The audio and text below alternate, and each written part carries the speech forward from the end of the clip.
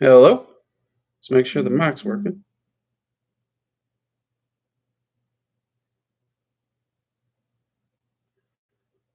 Hello? Okay, there it is. Yay! For a second there, I thought we officially had our first mic mess up.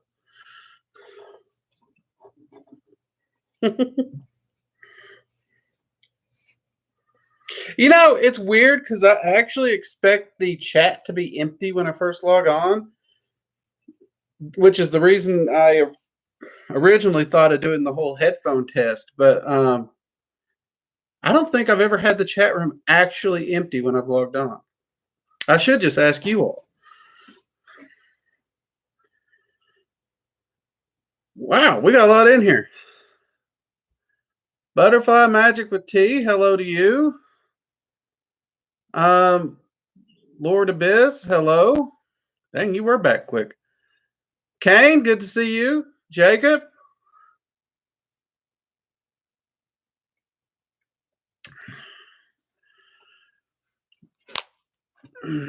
Not a bad book overall. I mean, it leans very Wicca heavy, which some people don't like. But for Dragon Magic right now, it's the contender. I got all her books on all three of them, so I will say the classes that we're setting up and everything don't follow her books well. It goes strictly with what the dragons taught me. So, hey, Sophia, you actually freaked me out. Your name is one letter away from my wife's name. And I was like, how did she get in here?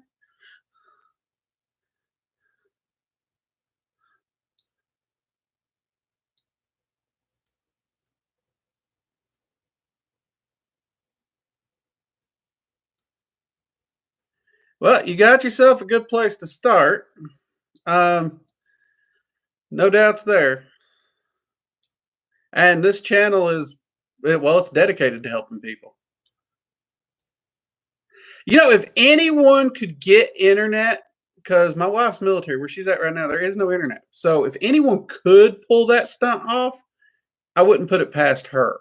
I really couldn't, which is why I actually had to do a double take. I was like, wait a minute, that's not right.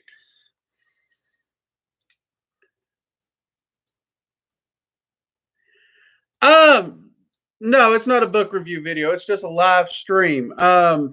Normally on Sundays, we're over on Twitch with the Linda from Caffeine and Chaos and do a little fun thing, the Magical Coffee Hour. She hits me with a bunch of questions. We take questions from the audience. But since she couldn't make it, I figured I'd go ahead and jump in here and do a live stream on my channel tonight. And how's your script writing going? Script? Do you mean the class?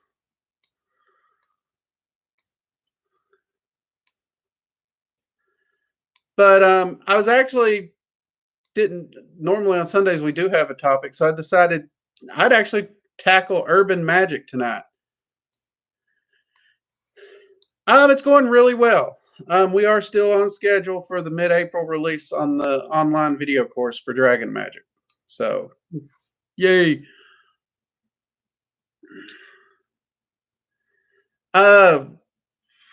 But yeah, I've been getting a lot of questions about urban magic because there's not a lot of books that really talk about it.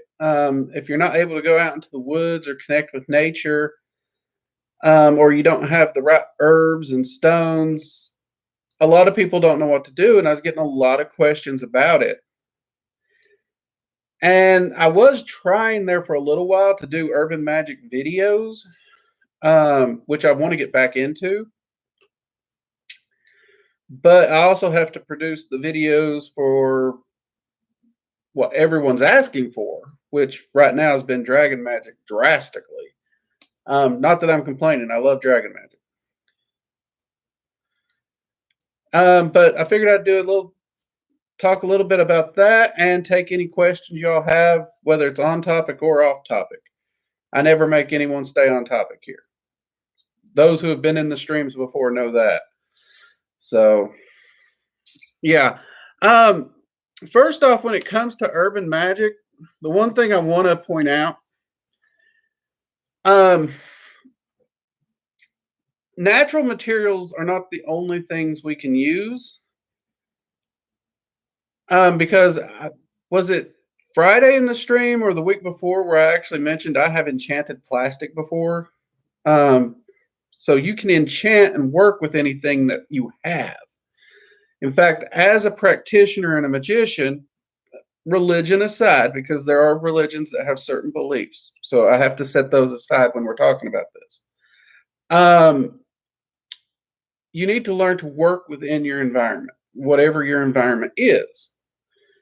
So, as somebody who has lived in a very small studio apartment, like I've had a whole apartment that would essentially be the size of this office here.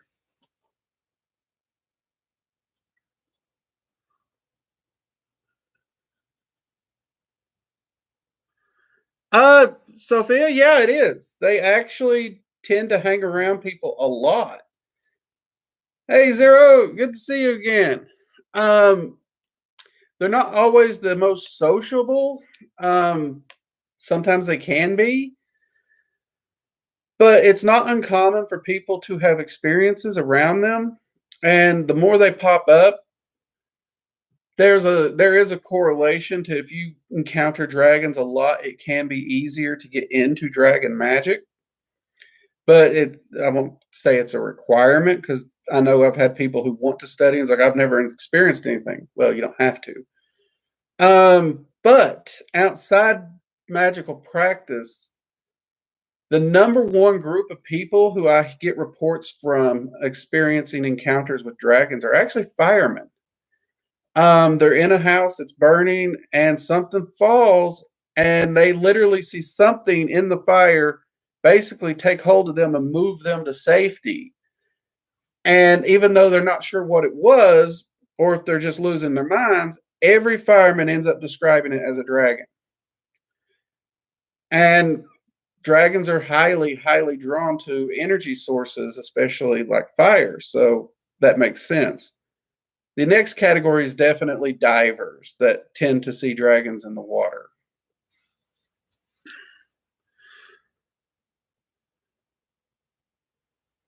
Hello, Eternal Butterfly.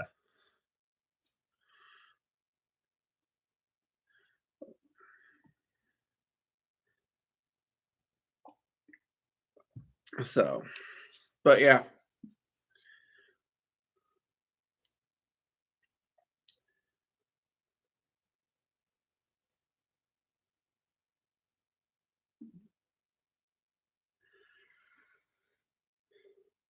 Now, I will say this: a lot of people who probably experience dragon presence might actually mix it up with something else from time to time. I have seen that as well.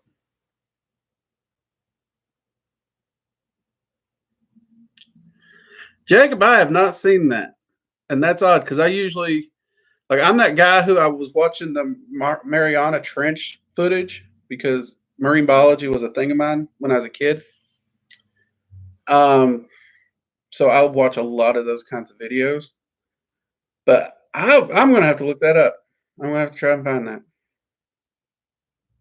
because I can't say I've ever seen one caught on film.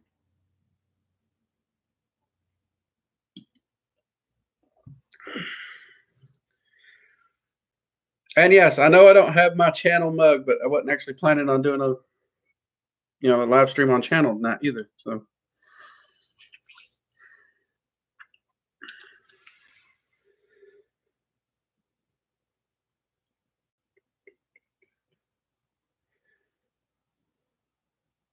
but okay, so when it comes to urban magic, utilize your space as best you can. And one trick that works really, really well, because I know some apartments, especially dorms, they don't let people have open candle flames.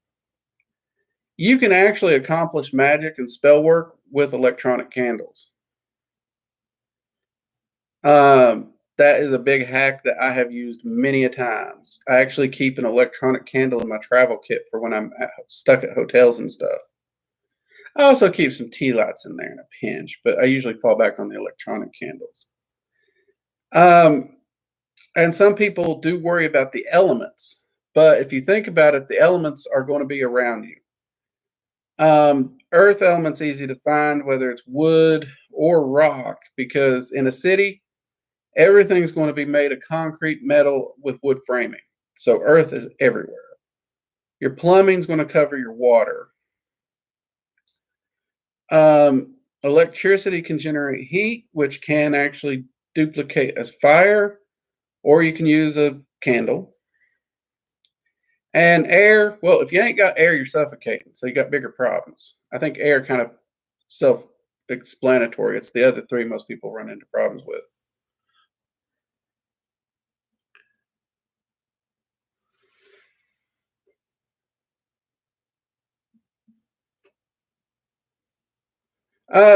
Any questions?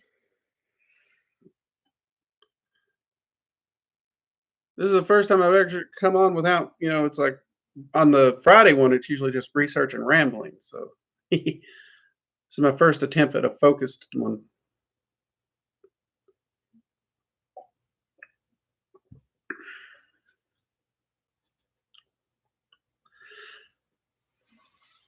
My opinion on Quetzalcoatl is Quetzalcoatl was indeed a very powerful dragon. Quetzalcoatl was indeed worshipped as a god. That's where it starts getting controversial because dragons don't really view divinity as divinity the way we do. So most of the dragon gods that we know that actually are dragons, they don't even view themselves as gods. Which upsets a lot of people because it's like if it's a god, it has to be a god. But again, it's that whole view of divinity.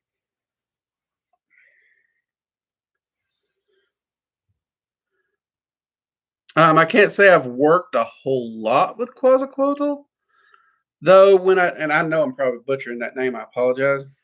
Um,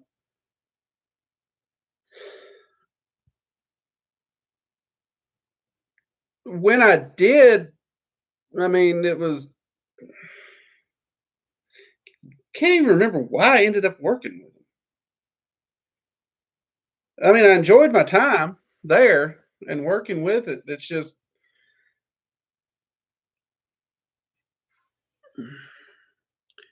I almost feel bad. I almost feel like I should remember working with Quetzalcoatl far better than I do.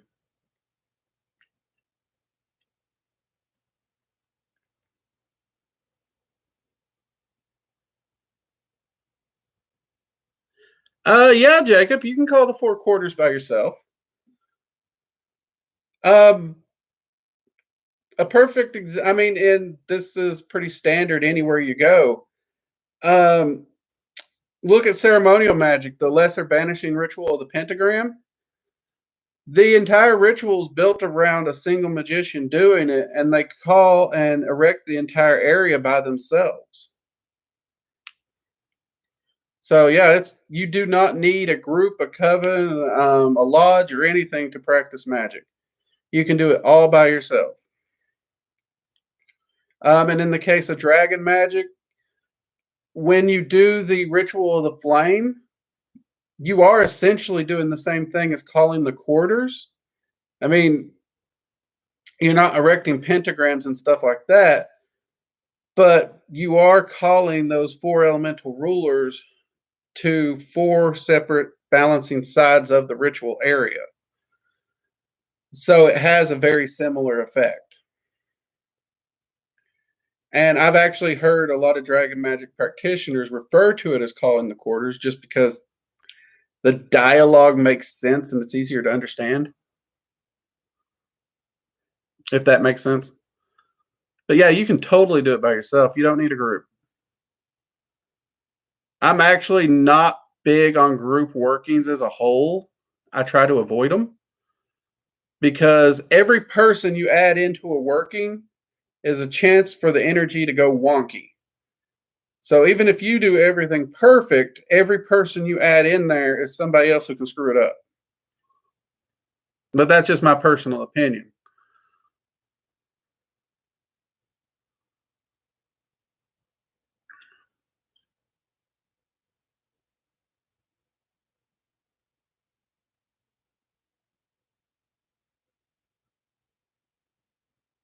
Eternal Butterfly. Well, you're very welcome. Um, I know there's not a lot of information out there, and that's the reason there has been a big focus on dragon magic. We started trying to get some just general basics out. Um, and then what was it, November, we did our intro to dragon magic video. Y'all made very clear what you wanted me to continue doing. um, and yeah, we've been working hard to get more and more info out there and functional. And we are currently working on online courses to really dive in deep and in depth.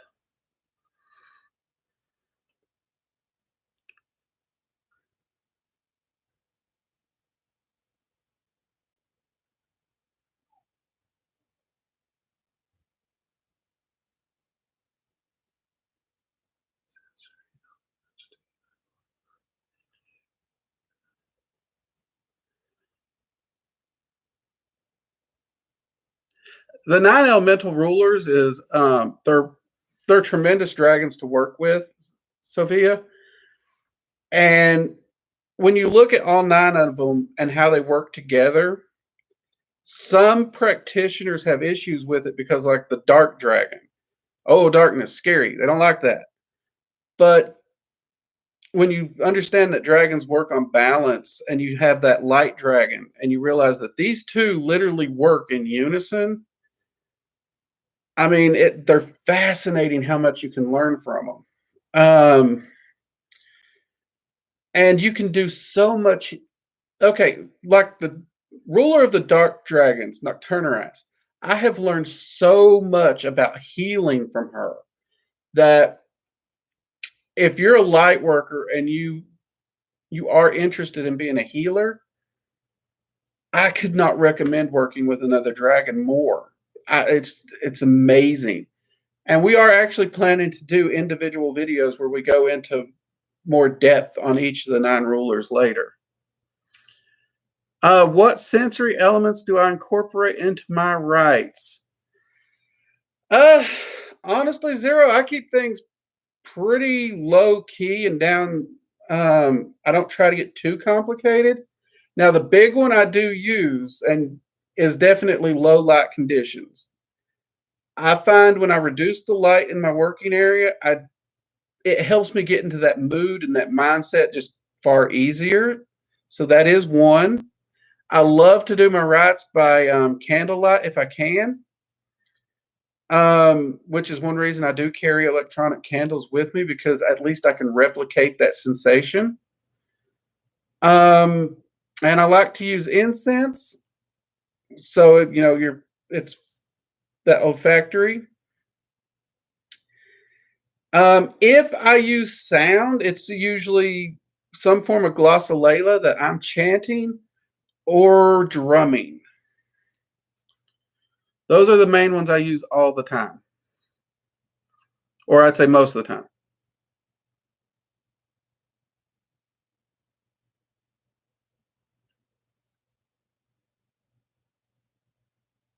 Kane, you're using the Dragon's Eye ritual correctly then, because I mean, it doesn't function exactly on the framework of the lesser banishing ritual, but yeah, putting yourself in the center, setting that space up, so you are the focal point of that energy. You're doing it correctly.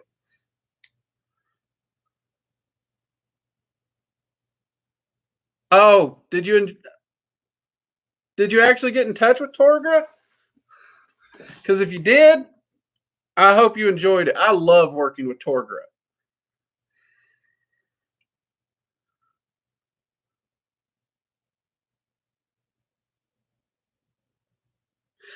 Sophia, I don't blame you. Um, Honestly, I've told people time and time again, if you have any hesitations to the maelstrom or chaos, don't approach them because it's not that they're bad, but the areas they work in are on such an extreme level, most people really aren't ready for it. And if you're not ready for it, those energy patterns pulling them into your life, if you're resisting the changes and the energy coming through, it can actually cause some havoc because it's trying to create that change. It's trying to help you, but you're resisting it. And essentially, you get yourself beat up. So, yeah, no, Maelstrom and Chaos Dragons are definitely ones where you need the experience of doing the other stuff first. So, for example, the classes we're working on, you won't encounter the Chaos Dragons and the Maelstrom Dragons until like the 103 class because you need to have worked through all this other stuff. And during that time, you're working on yourself. There's actually an alchemical process that you're building yourself up and you're working on your own issues and you're learning about yourself. You're not just changing the world around you, but you're also, building yourself up. So what ends up happening is when you do reach that point of the maelstrom, you're far wiser, you're far more prepared to enter into that. I had a student, I told her several times, do not enter the maelstrom. And she had just started the class and she didn't listen. And she wanted to bring about all the changes and the momentum that the maelstrom could bring, which she did. But the next 3 years of her life basically got turned upside down, shaken, and reamed out. And yeah, I mean, she had 3 years of hell and she couldn't figure out what went wrong. But once she came out on the other end, she could look back and be like, oh, I completely asked for every bit of this. And it's because she was resisting all the changes that she had requested. So it just made it that much harder on her. She didn't go through the process.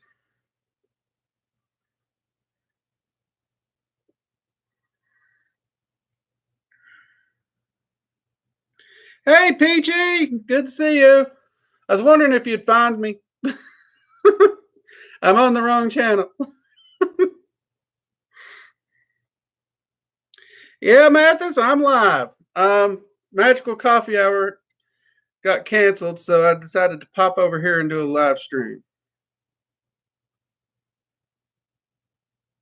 Well, Mathis, I hope it holds up to your expectations of it. I'm trying to pour everything I got into it and hold nothing back. That's one reason I prefer the classes over writing a book, is because I can easily go back and be like, wait, I missed something, and just insert that into the class.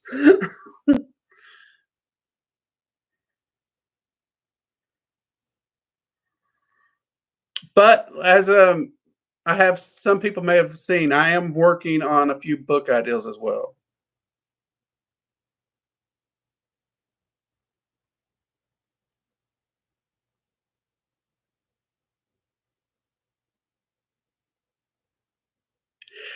I know, Kane, right? Torgra, like I said, I would have thought showing up as an island, which obviously was a shell, and the fact that he has that strong, hard, protective shell, I thought the same thing. That feels like it would be a very earthy dragon to me, but he's been adamant he is a water dragon. And as much as he works with emotions and healing and stuff, I guess that's what he's pulling on.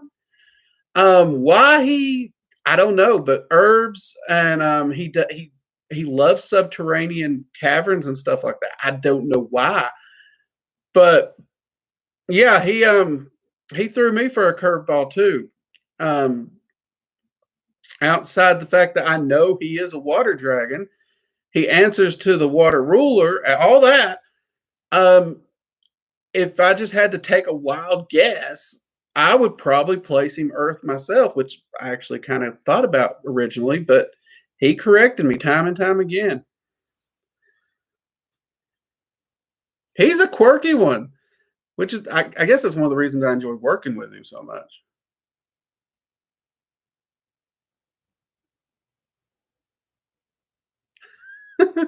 Yeah, Linda had a last minute commitment that she couldn't get out of, and it was unexpected. So she apologizes. You guys are just gonna have to deal with me tonight only. Sorry, no Linda. Which on the upside means she can't throw some of those questions at me and throw me under a bus like she does. I know y'all love to see that, but yeah.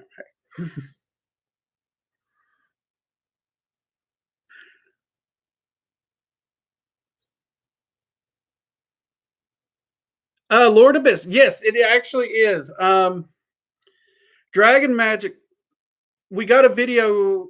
Actually, it's coming out Tuesday where we talk about the tools and techniques that are the backbone of Dragon Magic. And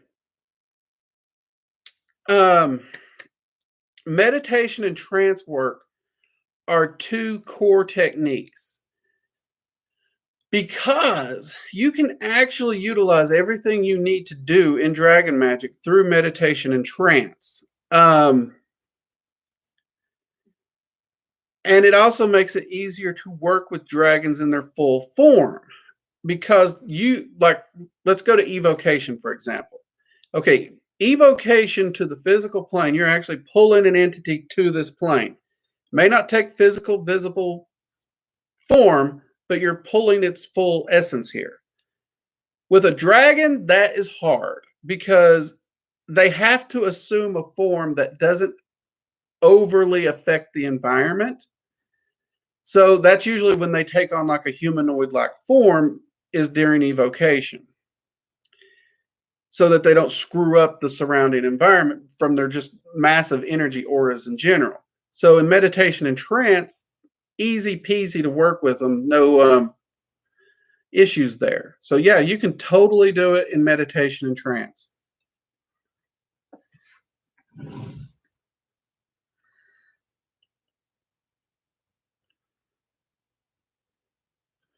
Let's see.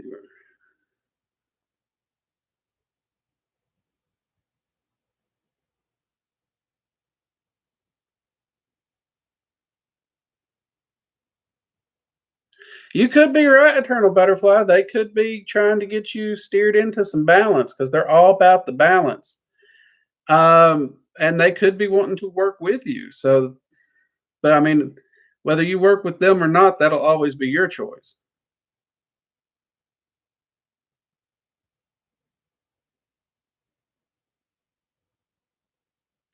Monte is actually a term that originated in Conway's books.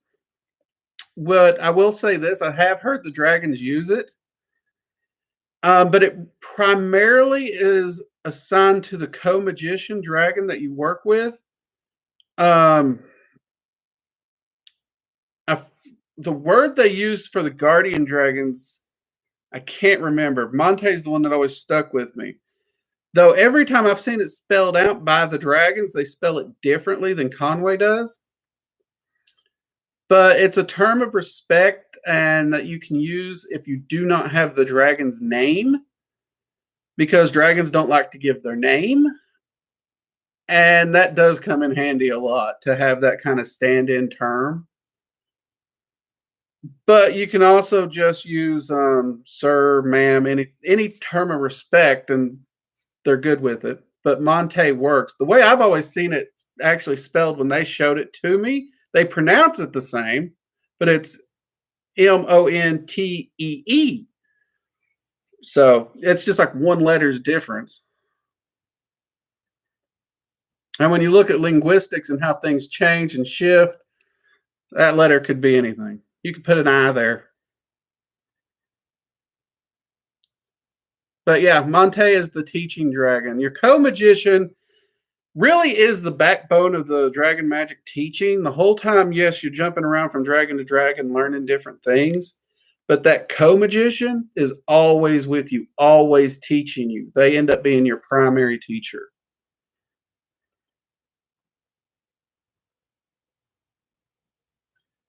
Mathis, no, I have not done a video on the 9 realms yet, which that's not a bad idea since I've spent a whole year pathworking those 9 realms.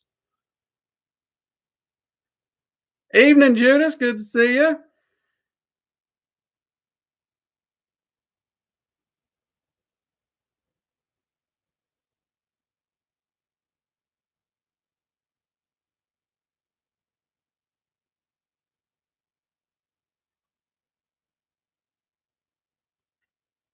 Well, Kane, you'll have to get that one cleared up. I will say this: if it was large, then you're probably dealing with Torgra because guardian dragons, their size category goes from about the size of a house cat to a three-seater sofa.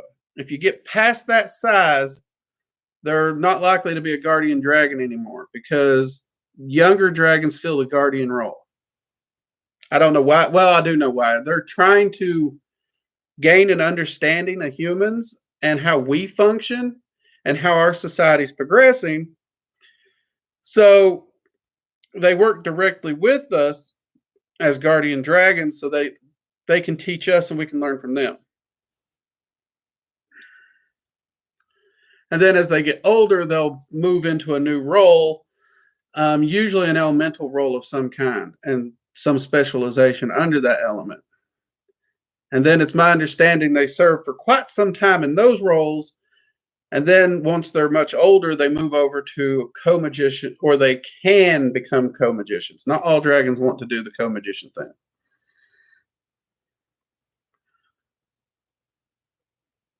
That's how my understanding of it has gone when I've asked those questions.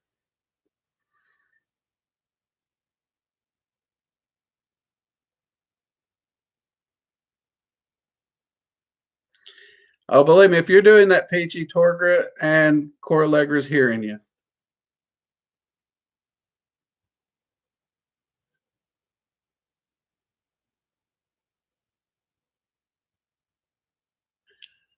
That is kind of a weird synchronicity.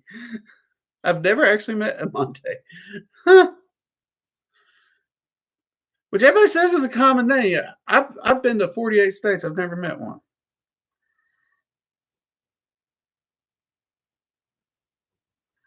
Well, Lord Abyss, that's why I'm here, is to share info. I'm not a big gatekeeper. It's I will answer it. I'll take the dogma out and break it down to bare bones, but I will answer it as best I can. Unless you're asking me for a ritual to cause self harm or something like that, I do not support self harm.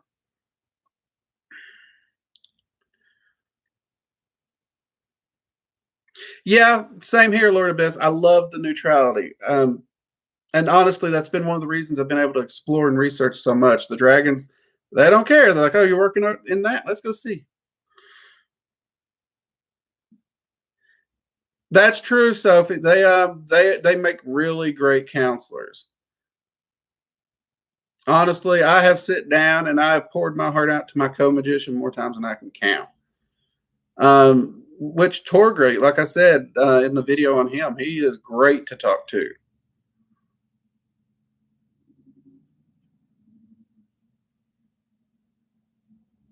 Yes, Lord Abyss, that is correct. What you would do is you would set your space up by doing the ritual of the flames, and then you would go through the process of finding your guardian dragon. Now, once you find your guardian dragon, which can take some time, then you want to actually take the time to bond with them and get to know them and build that friendship because that's really important to dragons. Then you would move on to your co-magician. Now, the dragons have given me a path working that they want me to stick into the class that guarantees you to find your guardian dragon. Where was that when I was learning? I'm still jealous about that one, by the way. And then there's a week-long path working where you focus on building that relationship with your guardian dragon. So we're taking the guesswork out. And then a similar process will be repeated with the co-magician. So you don't want to go in and use the same ritual to contact both at the same time.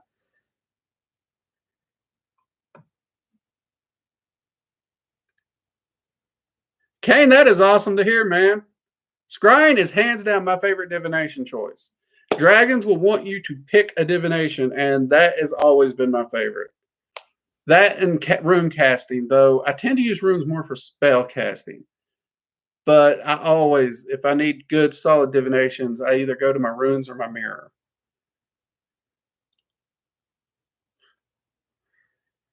We all need a new sofa. I'm in the market for one right now myself.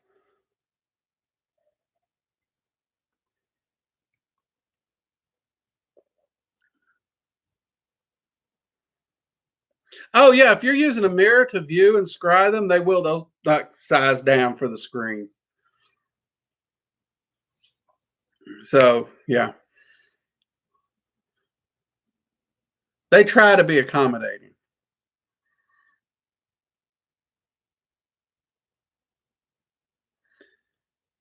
No problem, Eternal Butterfly. The Dragon Magic 101 class is on schedule to go live at the online school mid-April. To be exact, my goal, I mean, mid-April gives you like a 9-day bracket, but my actual goal, if you look at my calendar, is April 15th.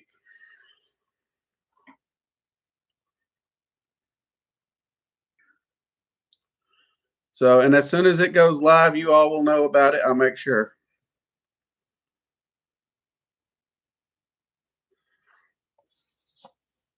So, and for those wondering, yes, I am actually working on the Patreon project that you all requested too. 2 weeks of being told to do it by my viewers is enough to get me to work. Oh, it is the 15th. Yeah. Crap, I didn't even realize that, Mathis. Yeah, about 1 month away and it goes live. And there's a month and a half to 2 months work in that one class. So it'll probably be about another 2 months, maybe 3 months out before the 102 class is released.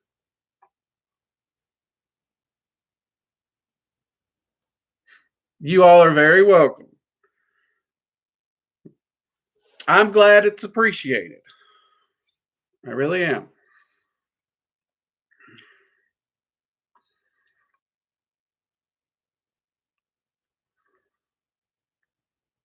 But yeah, we only have 2 sections left to film. So we're moving right along.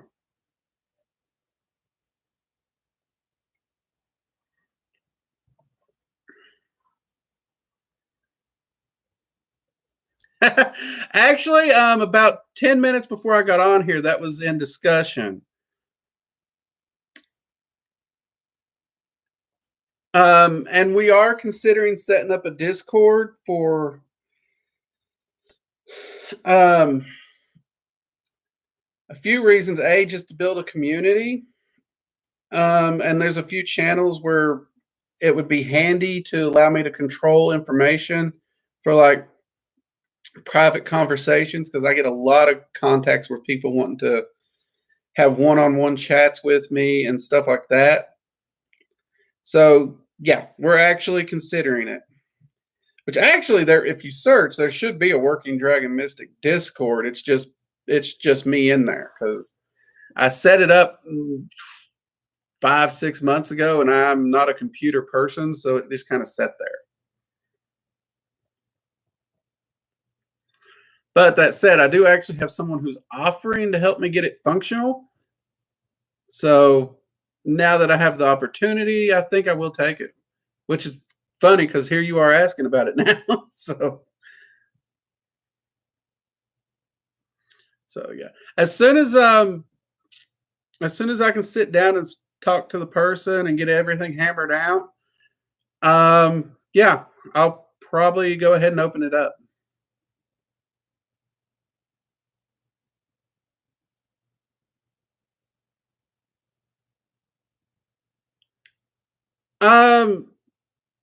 Do you mean the rulers or more than that? Because the rulers, I did already give the names for the rulers in the video for the 9 rulers. Let's see: Earth, Terra Fauna, Air, Zephyrsil, Fire, Inglis Lore, Water, Coralegra.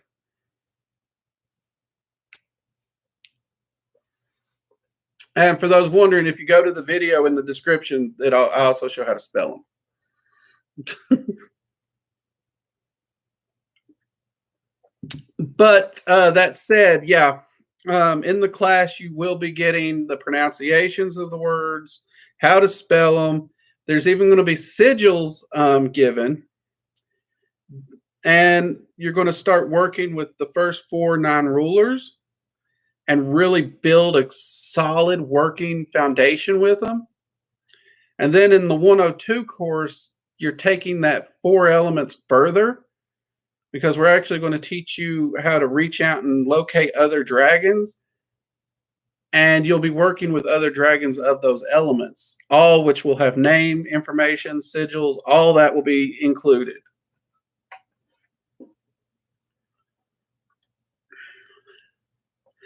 The class, it's going to be, if you go to workingdragonmystic.com, up on the little menu thing, it drops down, it says online courses. When you click there, all our online courses come up. So on April 15th, the Dragon Magic 101 class will be there. Right now, we have a meditation course, which is a massive course. I won't lie, it is massive. I really should have broke it up, so it's kind of pricey. And we have a arcane sight course, which is a free course.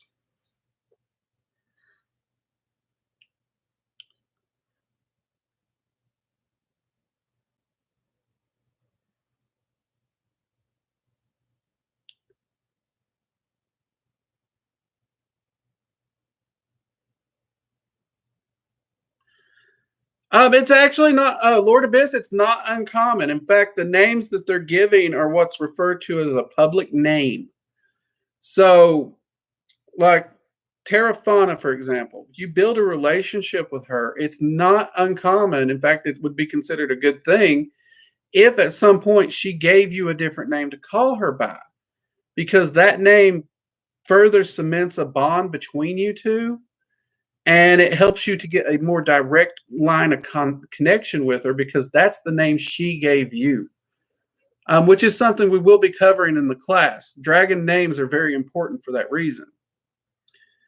It actually took me a while to get them to give me names to give, because there for a while they wanted me to just call us the rulers, we'll give them a name. It's like, but it was so hard for students to grasp this concept, so we needed something to be a placeholder. So they finally was like, okay, here's what we're going to do. And they gave me the public bulk name, and then you can dig the more direct private name out from them by building a friendship.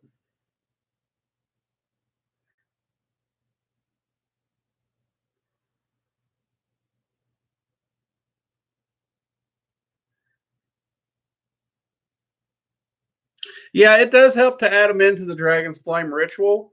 It amps the power up. The main reason I didn't do it in the basic ritual when I recorded it is because I was keeping it simple. And it's really hard to go over those names sometimes, especially on camera. And I know y'all have seen me get flustered on camera. You should see me trying to do a ritual when I'm recording it. It's bad.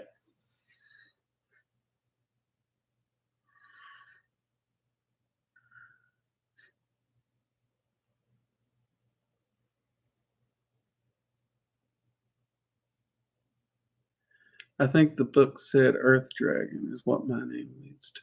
Cool.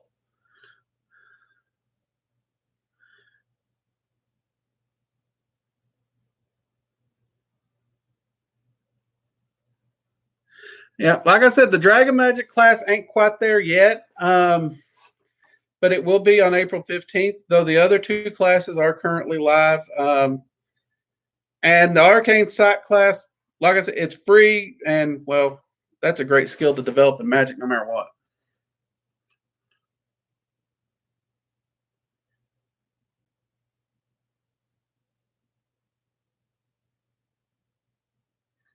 Peachy, if the ruler gave you a different name, that's fine. Like I said, the names they gave me to put in the classes are public names, and they do help. It's very common for them to give a new name to someone to create a more direct connection.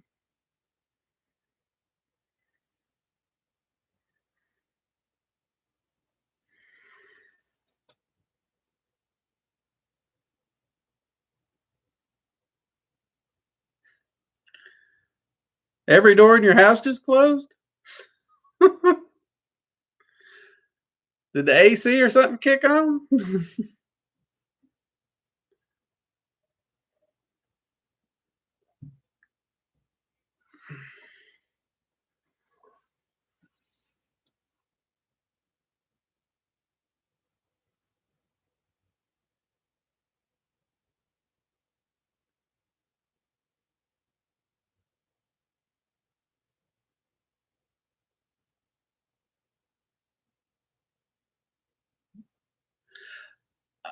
Ani, no, it's usually when they give a new name, it's something it's a personal link, usually between the magician and the dragon. So it's like kind of like the Bat Phone and Commissioner Gordon. It only worked. The line only went one place. Whether Gordon picked it up or Batman picked it up, it always just went one place. So that name works as that direct, immediate contact of connection, and it builds with that relationship and gets stronger, making it far easier to contact those dragons. Um, there have been instances where two magicians have gotten the same name, but it didn't weaken the connection at all. In fact, the dragons can actually tell the difference because the name, even though we would hear it the same, when the two magicians pronounce it, the pronunciations are different enough. The dragon is hearing two separate names. The Bat Phone's the best way I can describe it.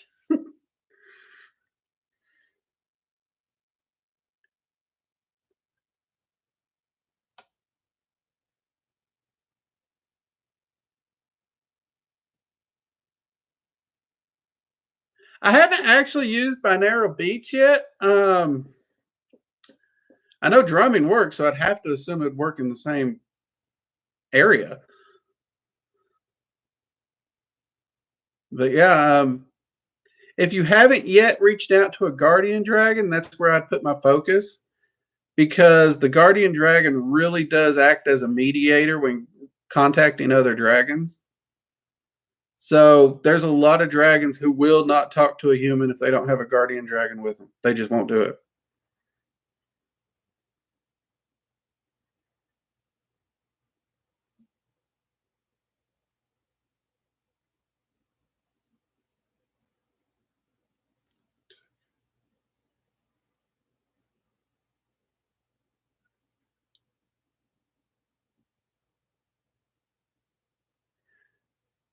I'm not sure I understand the question, Zero. What do you mean took your name? Like took your name away? You couldn't use the name?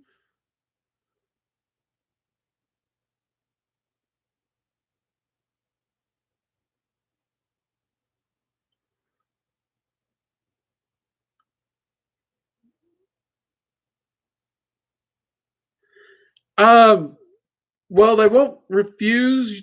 I mean, they won't take your name away from you personally. They might give you a nickname, but they won't take your name away. They're really big on free will and respect, so that's not something that would happen. Um, the only thing I could see happening in that line is if they refuse to let you call them by something. So if you gave them a nickname and they didn't like it, and you tried to call them that, they might get a little miffed because now you're showing disrespect to them. But that would be the only route I would see something like that occurring.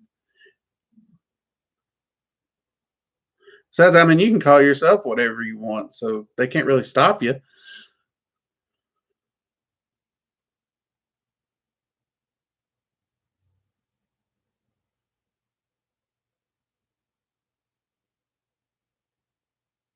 Oh, when you're calling to them, Lord Abyss, you can guarantee they're going to poke their heads in. Usually it'll be the smaller ones, which are more playful, which is good because if by some way, and I've seen it happen, you get the attention of a much larger dragon, and that dragon doesn't want to work with you, but you got its attention, they're more likely to try and scare you for fun. Because even when they get big and old, they're still playful. Unfortunately, at that point, they're fun usually means they're trying to scare us.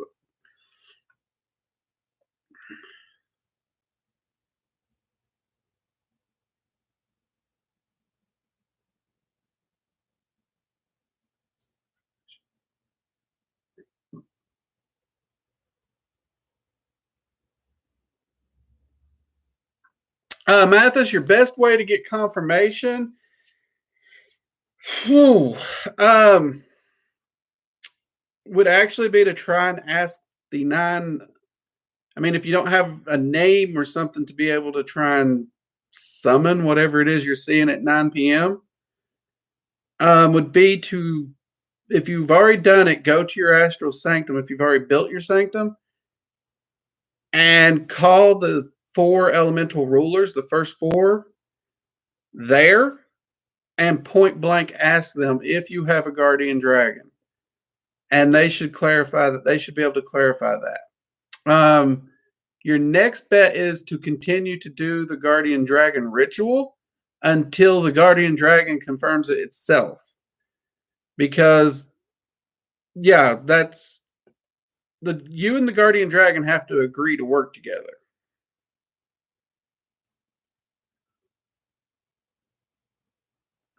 So those would be the two ways that I would go about it, which I think is why they gave me the guided meditation that they did, because it cuts out a lot of the guesswork.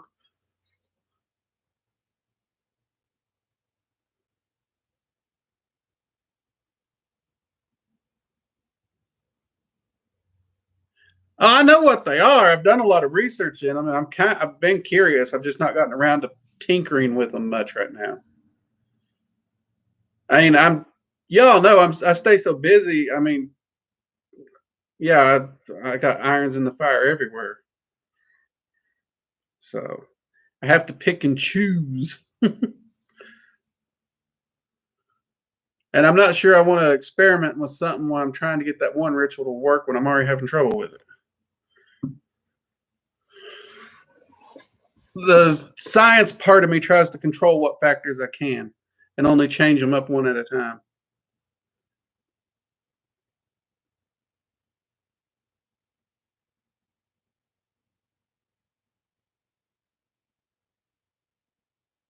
Oh, I don't doubt it helps. I mean, if you just look at the effects of drum beats and stuff in trance work, and it's that steady, constant, rhythmic sound that draws you into that trance state, which actually is what those binaural beats are supposed to do. But in that trance state, they're also supposed to have an effect on different parts of the brain to create different effects. So it goes kind of to that next level. So I have no doubt that they would definitely help in magic and ritual work. I just don't know the overarching effects because I've not tinkered with them. So I can't say one way or the other beyond that. Tiamat is a hoot. She is a hoot. I have worked with her quite a bit. Um, she is she is classified as a chaos dragon. But like I said earlier, most of the draconic deities as we know them, dragons don't view as gods. But she is one of the primary chaos dragons that operates within our, I guess you'd say, solar system, Milky Way. She is more often referred directly to the planet of Earth, though from when I was talking with her, I get the feeling she operates, you could count the whole freaking Milky Way. But no, she's a hoot. I mean, outside being a chaos dragon, so she can be very, very intense. And she's not light-handed in anything she does. So when you're working with her, you better be ready to take a butt whooping. But she is a controversial topic because there are so many practices that work with her as a divine. And since dragons don't view divinity as divinity, yeah, it gets convoluted there.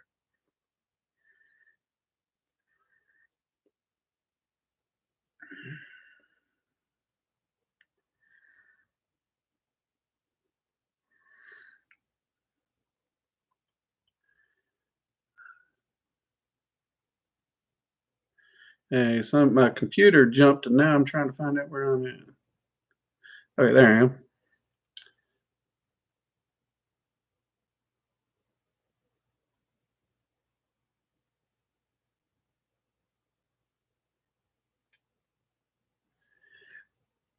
Lord Abyss, we're all Joe average when we go in. In fact,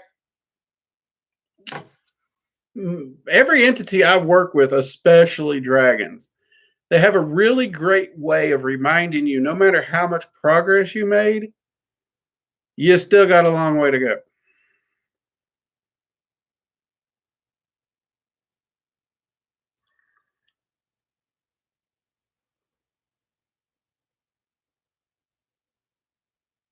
Well, Dragon Magic will definitely do the middle of the road because, like I said, I mean, people call it a path, but you can jump around and test and play in other pools. And dragons, I've yet to find an entity and a system or a system that dragons will not work with. I haven't. Um, Part of me still expects one day to find one, but so far I haven't. As far as I know, dragons will work with anything. Which is one reason I love it. It does allow me to research and test different things. So yeah, and its focus on balance also helps me make sure that energy patterns that people say might screw with you aren't screwing with me. So that's a handy perk.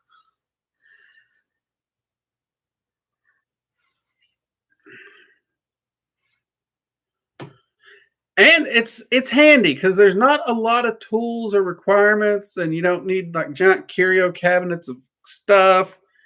They really focus more on personal energy, drawing in energy, working with them. Um, so as far as getting started, it's so much easier. Because I know when I first got into Wicca, it was like you got to have this, this, this. You need your herbs, you need your candles, and it got pricey. And ceremonial magic is far worse.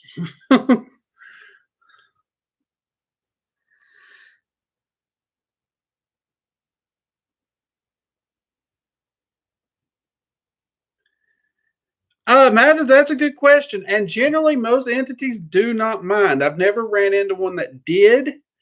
Though that said, I was worried because you don't see dragons ever in Norse mythology presented in a good light. But you also got to remember most of the myths that have been translated were strictly Christianized. So when I did approach Norse and do the path working and working with Odin, I found out that Odin and the Norse have no issues with dragons.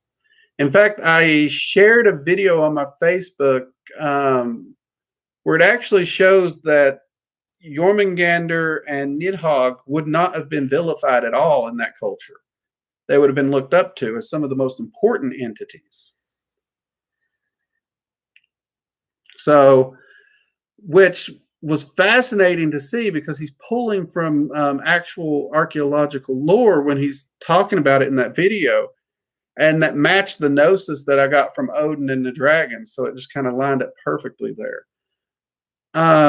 But no, I've not ran into an entity that has any major issues with them.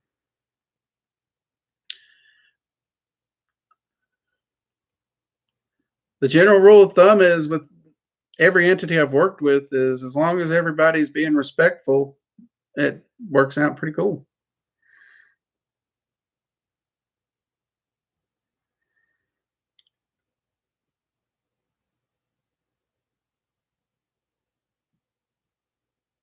Yeah, Tiamat.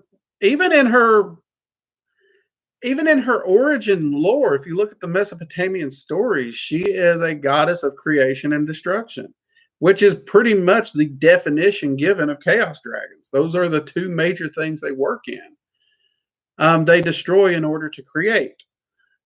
And it's that constant process of creation and destruction. So yeah, I mean, Tiamat fits perfectly in there. Which there's been more than a few deities that have been, let's call them fluffed. To make them more approachable to modern practitioners, they've really tried to take the edge off and make them less scary. And that's honestly, in my opinion, gotten more than a few practitioners in trouble. That's why I tell people do your research.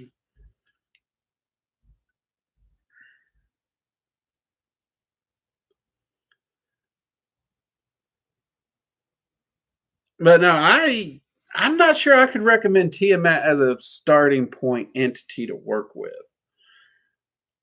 Personally, I really don't, because I've never seen Tiamat show any kind of. I've never seen her pull her punches to the point where she would soften the blow for a beginner. I mean, somebody out there might correct me, and they may have seen it. I've not personally seen it. By and large, if it's going to take a sledgehammer to get the job done in one hit, she will use the sledgehammer. She's not going to sit there with like a little mallet and tap away at it forever.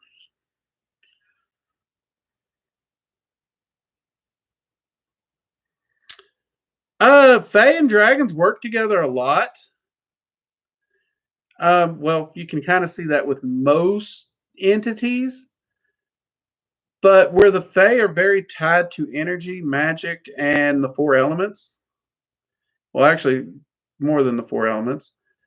Dragons love working with the Fae, and the Fae do actually have a very strong concept of balance, which the dragons admire. So the two tend to interact quite a bit. In fact, I'd say 90% of my workings with the Fae have been due to my workings with dragons. It's like, okay, we're going to go work over here with them. Otherwise, I'm not sure I'd have the working knowledge of Fae that I do have. They're not an entity group that really ever attracted me. But I'm glad the dragons did, because I've made a lot of friends within the different Fae groups, and it's been nice. And you will find dragons that are referred to as Fae dragons. Now, they don't share Fae blood. They work so much in the Fae realms that the energy has affected their appearance. So they are full-blooded dragons. It's just they work and stay primarily on the Fae realms. Yeah, the Greeks were fluffed a lot. All you need to do is watch Disney's Hercules to see that. But you look at the Greek myths, and that's some crazy stuff up in there, man. I love it. Oh, Mathis, you've missed a few streams, ain't you, man? Lilith and Samael pulled a plug on me. I was doing the evocation work with Lilith and Samael, and they decided that my qliphothic work will wait till the dark half of the year, and that I was to focus on a dragon ritual that honestly has kicked my ass for a long time, and I just kind of shelved it. And they decided that before I continued my qliphothic workings, I have to complete this ritual and get it down. I have to figure it out and actually complete it. So I've really been tackling that. And it's a crazy ritual because it requires full evocation of all 9 elemental rulers. And you have to hold all 9 full evocations. Then you have to move into a different realm magically and evoke yet a different dragon. And then you go into the main part of the ritual.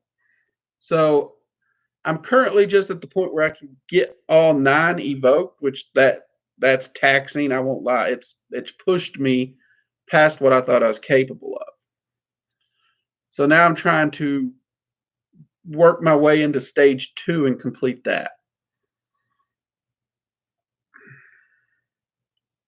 But the qliphothic work currently is on hold by Lilith and Samael's design, and will be picked up again toward Probably Samhain. They mentioned the dark half of the year, so I'm going to check in with them to get it more exacts because I usually do a standard shadow working twice a year, and they mentioned the dark half of the year when I was doing my other shadow work, and that's usually around Samhain. So, but I have to. You could say that me doing this dragon ritual is very much a part of that Clifothic working. So I have to say it's going good because I'm following their instructions and I'm growing and expanding in ways I didn't think I could.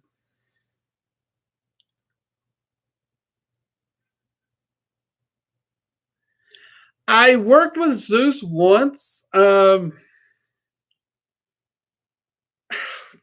Honestly, when I worked with him, he reminded me of your standard bro. I know that sounds horrible. It really sounds horrible. Um, and I do want to work with him more because there's got to be more to him. There does. It really does. Poseidon, I did work with a time or two when I was doing some emotional work and working with waters and oceans. Um, he seemed very. I liked him. He was very reserved, very in check most of the time. I mean, it was like he when I first met him, he seemed like the Zen master. But when the dude lost his cool, he lost his Zen master and went all to hell. Um, but I did enjoy working with Poseidon. I will say you don't want to be around when he loses the cool.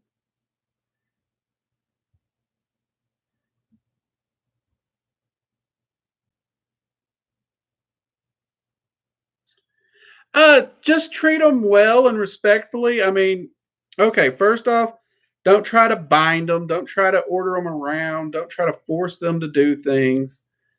Um, Fall back to just good manners. Honestly, it doesn't get very complicated.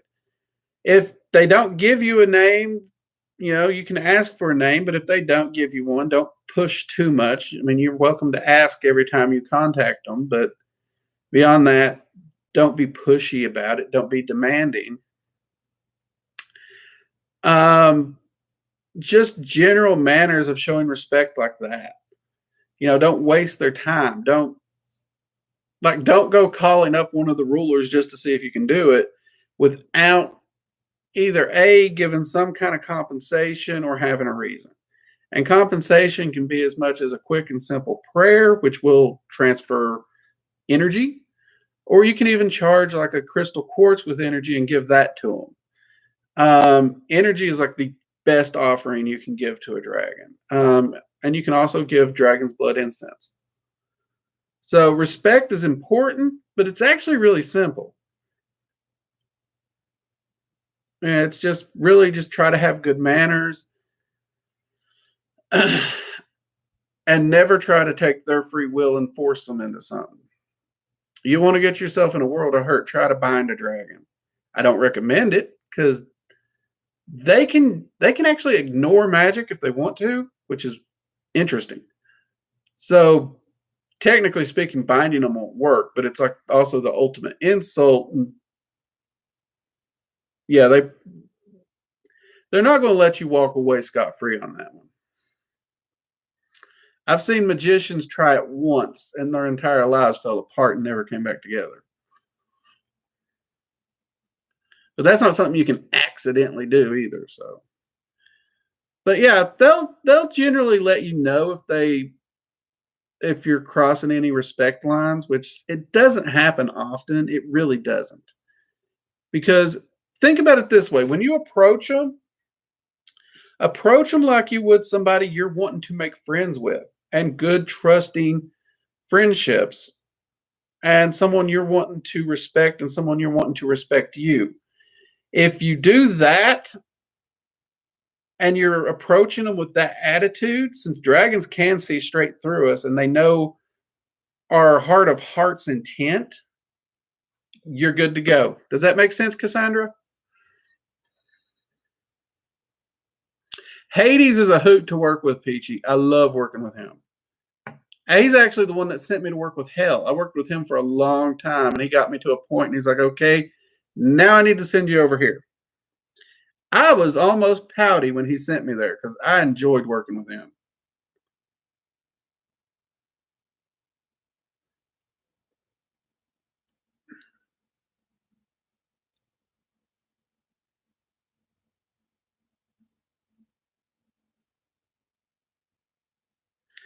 Uh, ooh, Guardian dragons similar to familiars. No, not really. No. Familiars, they do, well, depending on what type of familiar you're talking about. First off, you have the familiars that are essentially slaves. Scratch those off the list immediately because no, they're nothing like that. Um, then you have the familiars that, there's that bonding, loving friendship. In that way, you could say a guardian dragon is very much like that because really you do. You bond with them and they become such close friends. I mean, they become family. Like the two guardian dragons you hear me talk about running around our house, both me and my wife, even though they're my guardian dragons, they're family to us. The concept of them not being there is just, I mean, it's sad if they weren't there. Um, but that is a bond that could easily be broken if you were to, I don't know, be a dick or try to bind them, like we said. So there are certain differences between familiars and the guardian dragons because, well, for one, the guardian dragons do actually act as teachers at some level. They do assist in magic. They do assist in protecting you. I mean, they can actually fill the role that a familiar fills. It's just they do tend to do more as well. So there is similarities, but I would never call a guardian dragon a familiar. Which they might they might view that disrespectfully.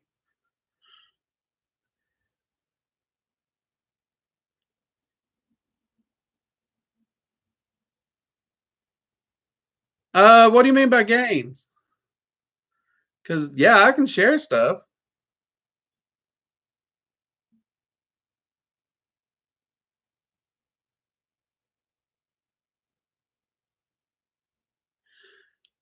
Um, because I mean, I've been studying dragon magic 15 years now.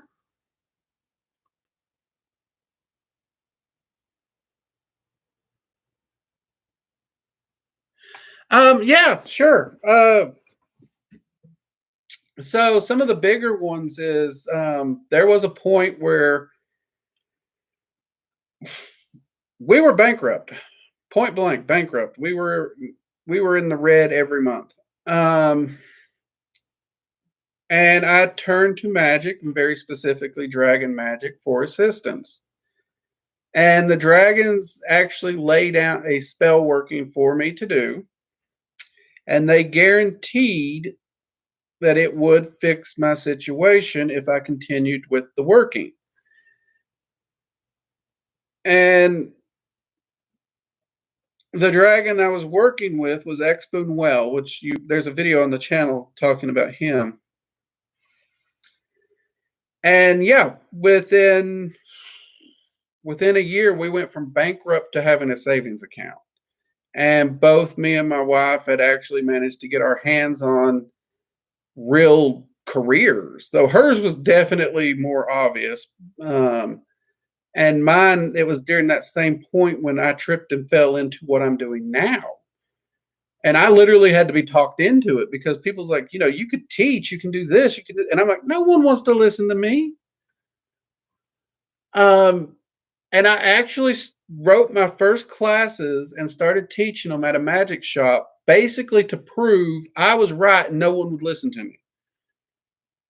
And it backfired on me because apparently everyone wanted to take my classes and it snowballed from there.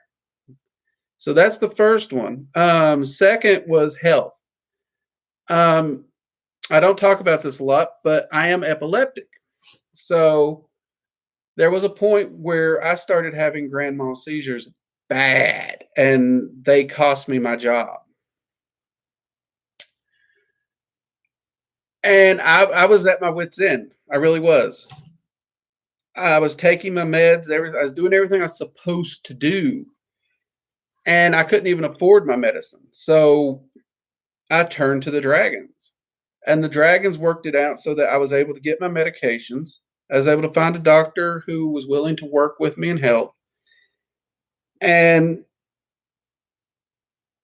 when the dragons told me that was the last grand mal you'll have, I can honestly say it's been 10 plus years since I've had one. So, yeah, I mean, and ever since they've constantly been working to get me better doctors. Um, in fact, the medication I was on was really, really hard on the system. So they actually found me a doctor that actually got me on a different medication, balanced it out. So, I mean, these are drastic life changes that the dragons have brought to me. Um, Joint pain, same thing. You all heard me joke about the stupid things I've done in the past. Well, there was a price. There was a point where I didn't know what it meant to live without pain. And they've helped me basically repair my joints to I can actually get up in the morning and not sound like a bowl of Rice Krispies and not be in pain. So, I mean, it is true. Some of these workings, they're subtle and over a time span, but you can't overlook the massive, drastic, life changing effects they've had on me, too.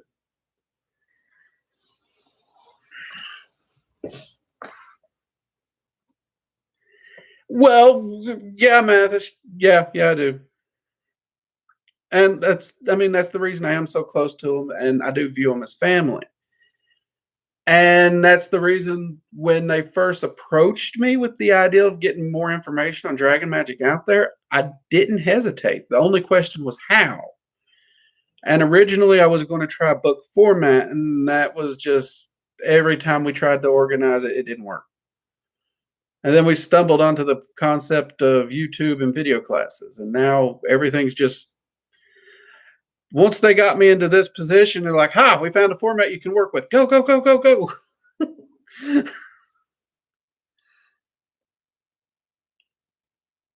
So they're really the driving force behind me getting these classes and videos out for this dragon magic stuff. They're wanting the information out to more people.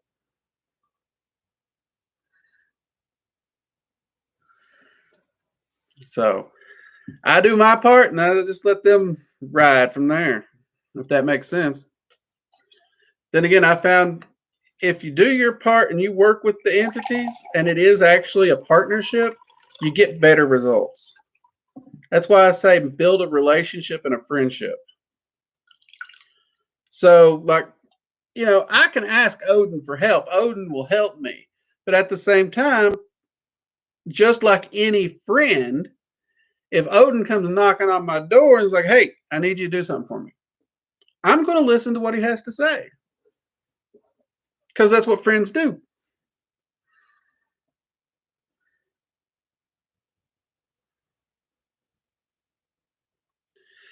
Well, that's why I'm here, Lord Abyss, so I can give advice as best I can. Now, if I don't know it, I'll tell you. I'll be like, I don't know that.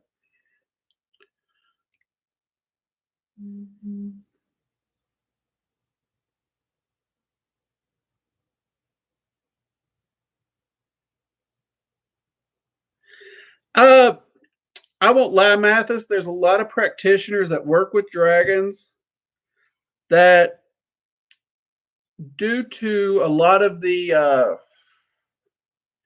let's say, mainstream magical lore and groups, since it doesn't fit into those traditional brackets, the traditions really look down on it. So those practitioners try to steer clear from talking about it publicly or publishing because they're afraid they're going to lose their peers. And well, my entire practice pretty much breaks that anyway, because I step down a tradition in Dogma and it's like I'm focusing on the science of magic. I'm going to break it down to the nuts and bolts. The how does it work? The why does it work? Let's teach that. That way you can take it and go to any system you want. And with that, I also throw out the, gatekeeping. It's like you have to take this oath, this oath, this oath. Screw that. Nope, we're not doing that either. So since I already broke all those rules and everybody's already pissed at me, might as well talk about dragons and tell y'all how to work with them.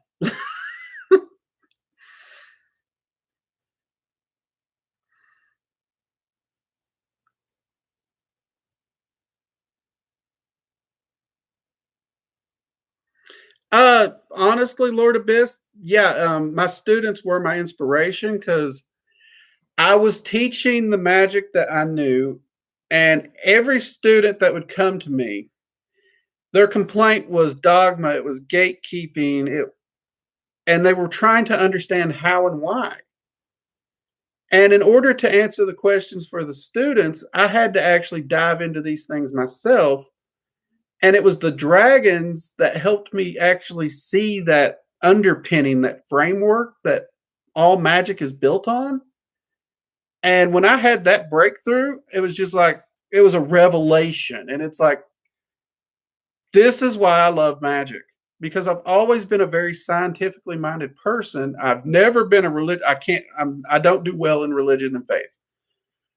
And that day, everything just changed for me.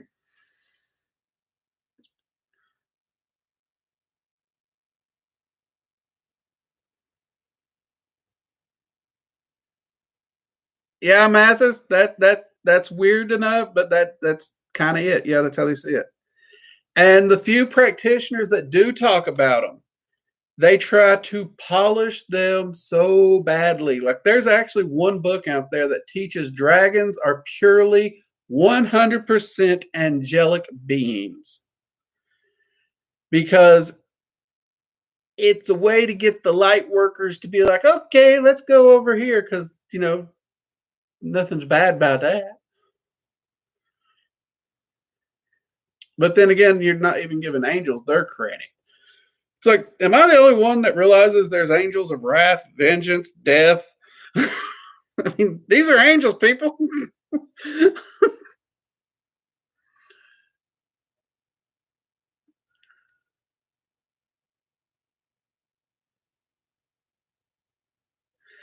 No, to my knowledge, and that's something I asked a few. I've asked all the nine rulers if dragon magic was ever initiatory, and they said no. It has never been initiatory. For whatever reason, it's just been something that's, I don't know if it was lost. I don't know if it's been overshadowed because the dragons talk about how they used to work very, very closely with humans. And they used to teach them. And then humanity had a point where it fell, and that's also the same time when dragons and humans really had their falling out, and that's where that distrust comes from. And they won't go into uber details there, and it's a sore spot for them. I can respect that. But at some point after that, it's like everything they taught us. I don't know if we just decided we're not going to listen to them no more and we personally sterilized it or what. It gets it's something I've really wanted to know more about and I've been trying to dig in on it. I just ain't got enough details to actually lock it down.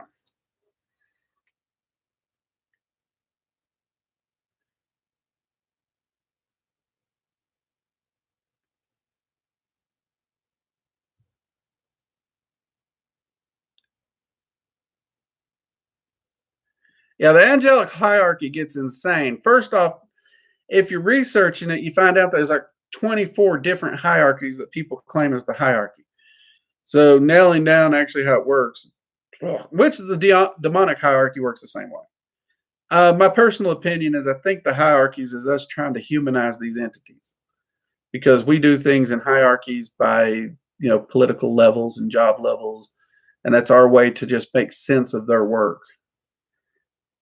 That's my personal theory at this point. I can't prove it.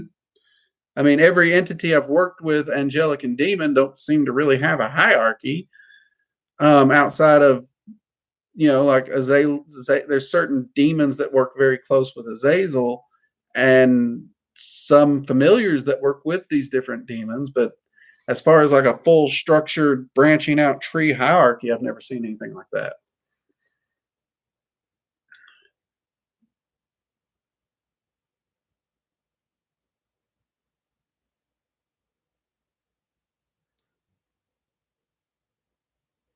Peachy, what are you talking about?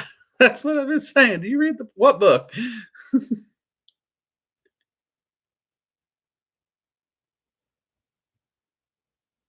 Mathis. I don't know. I've never seen the movie. I know. I have to go see it, and I know Toothless is cute. I'm sure Peachy's going to chime in there. Um, I know who Toothless is, but I've never seen the movie.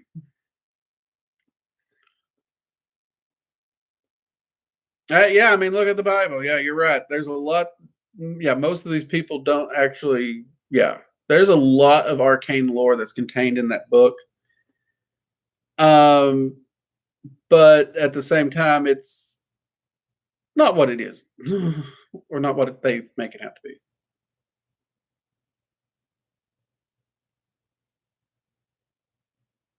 I know, right? There's cyclopses. I mean, behemoth, the leviathans mentioned in the Old Testament. I mean, it gets crazy. Yep, lion men. So, I mean, I got my start in the church. I mean, I was a full blown Holy Spirit filled Christian at one point, and yeah, I knew my Bible really, really well. So, I mean, but yeah, science won in the end.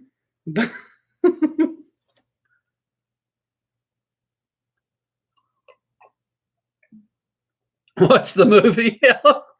Oh, Ani. Okay, yeah, Ani's giving me shit about not seeing that movie before. Tell you what, when I get off here tonight, I will go down. Is that a Disney movie? Who makes that movie? Help me out, people. I'm an idiot.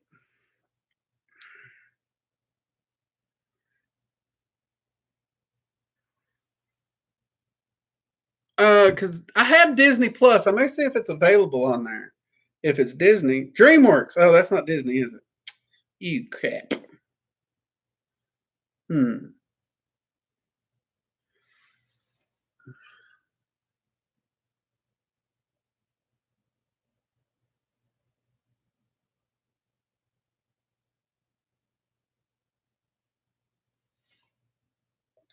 1 second. I'll be right back.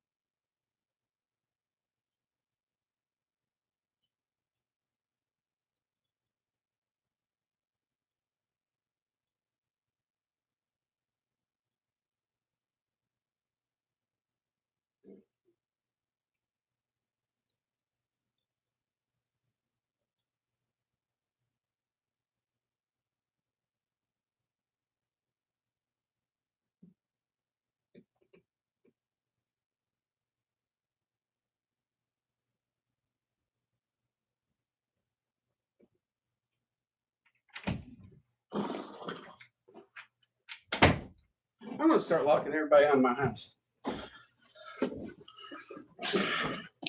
Sorry about that. All right. Uh, Actually, Cassandra, I can do that.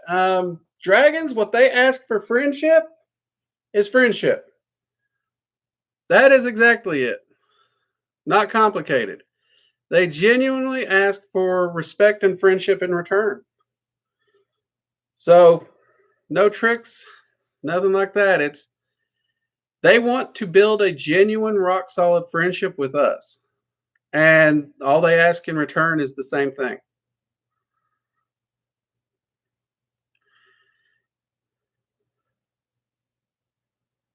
Yeah. Fiery flying serpents. Yep.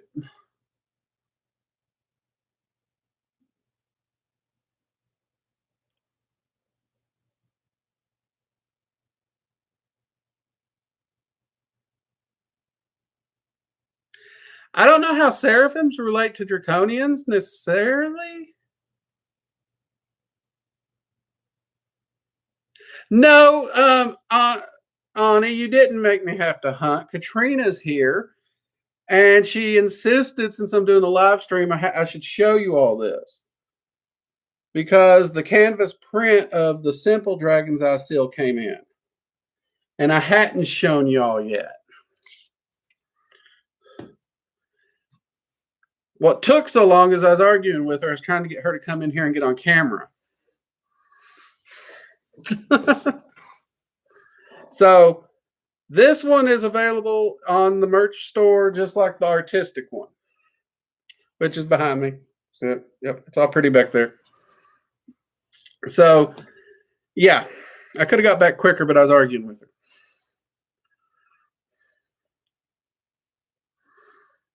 her. But no, to my knowledge, angelic seraphim and dragons have no relation, Mathis. Oh, I mean, they work together, but as far as, beyond that, yeah.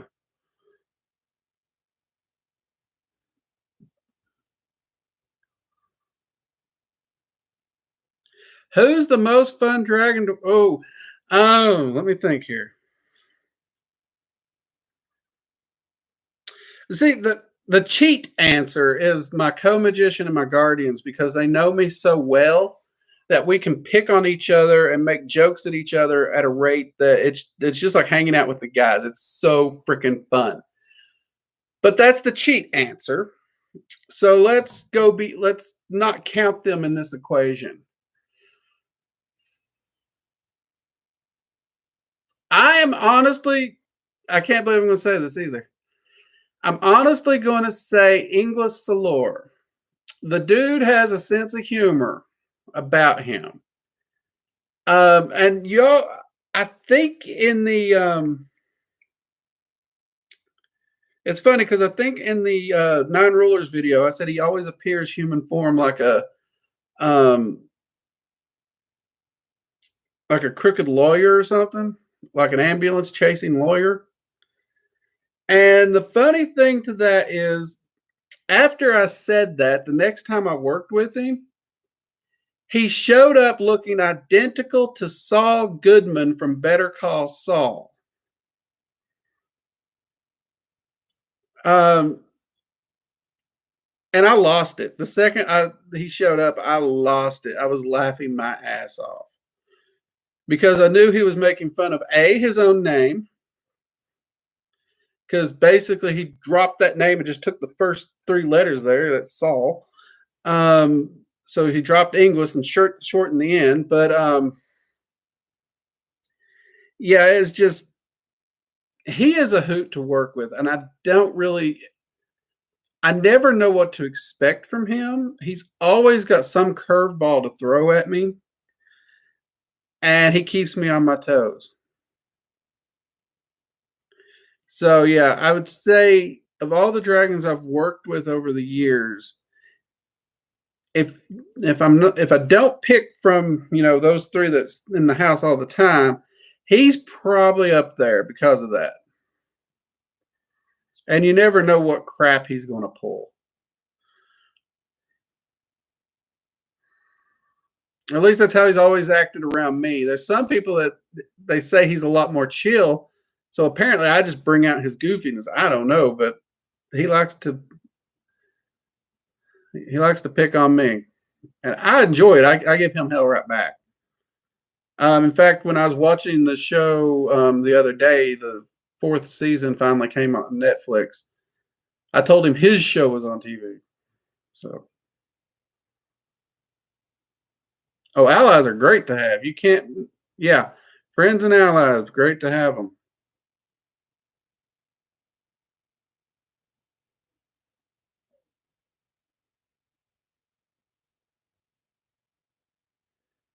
Great to have you, Lord Abyss. Hope to see you next time. We do a stream every Friday, 7 p.m. Yeah, Cassandra, it's actually pretty easy. They're not. It's weird because everybody's used to dragons hoarding things, but they're not greedy entities. They do like the shinies, and they do like to keep what's theirs, but they haven't. It's weird because if a dragon hoards, it hoards for having it available to utilize. So they're very giving creatures in nature, actually.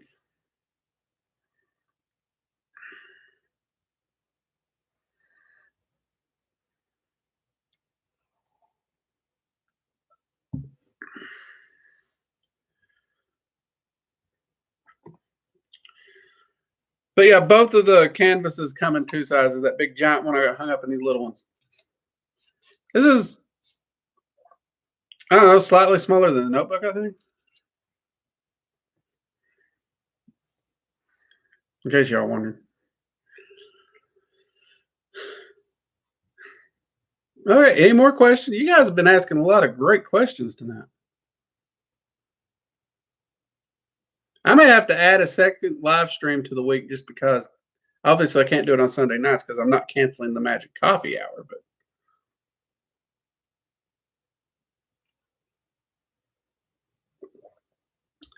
awesome, Will. Great to hear. Which one did you get by chance? Did you get the standard or the artistic one?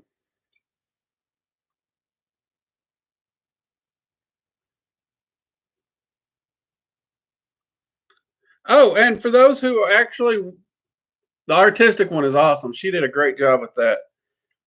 For those who want to maybe add it to a journal or something, there is also like little stickers, so you can actually put it inside your journal.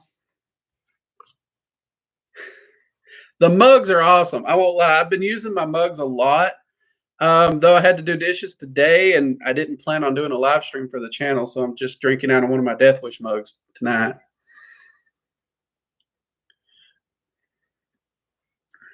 And again, when have y'all seen me without coffee? Really? I might be addicted. I don't know.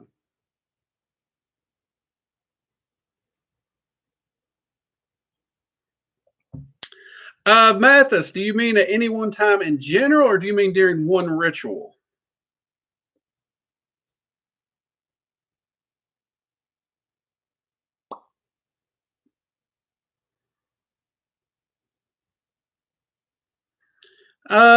Will, I'll go ahead and answer your question while I'm waiting for Mathis to clarify. The main reason for that, well, you know, this is going to come in handy as a little show and tell. Obviously, the dragon's eye in the center puts everything's being focused right in here. But the dragons actually use the zodiac symbols to represent the energy patterns and the energies of those zodiacs, not necessarily like the horoscope zodiacs as we know them. And the reason for that is no matter what multiverse you're in, what or galaxy you're in, those energies will be present even though the planets that we relate them to aren't. So, like Saturn isn't a planet in another galaxy, it's a Saturn in our galaxy. So, they use those zodiacs to represent those energy currents, regardless of your location and where you're at. Because in Dragon Magic, you do a lot of trance work and a lot of astral travel and soul travel to different planes. So you have to be able to work with those energies regardless of where you are. So they're strictly there to represent energy currents. And I mean, there's a lot hidden into that because that sigil or that seal.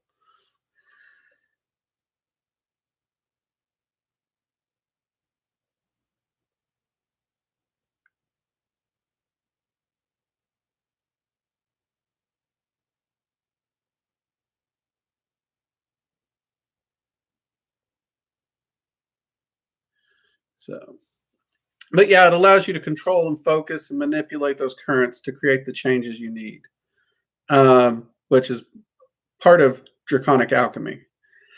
In general, Mathis, oh Lord,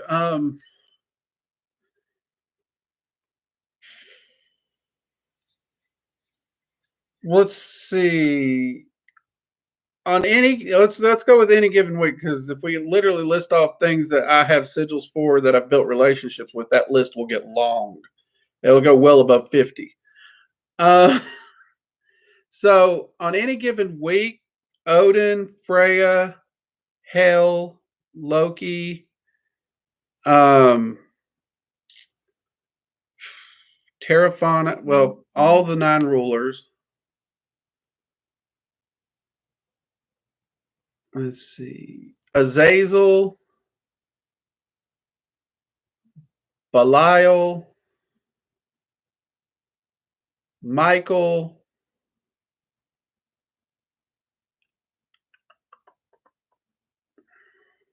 Who am I leaving out? Who am I forgetting?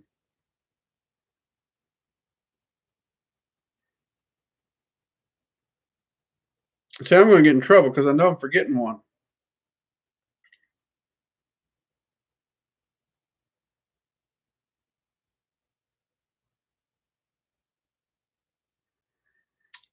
And I hate when that happens. Oh, Jormungandr. So on any given week, those are the ones I work the most with.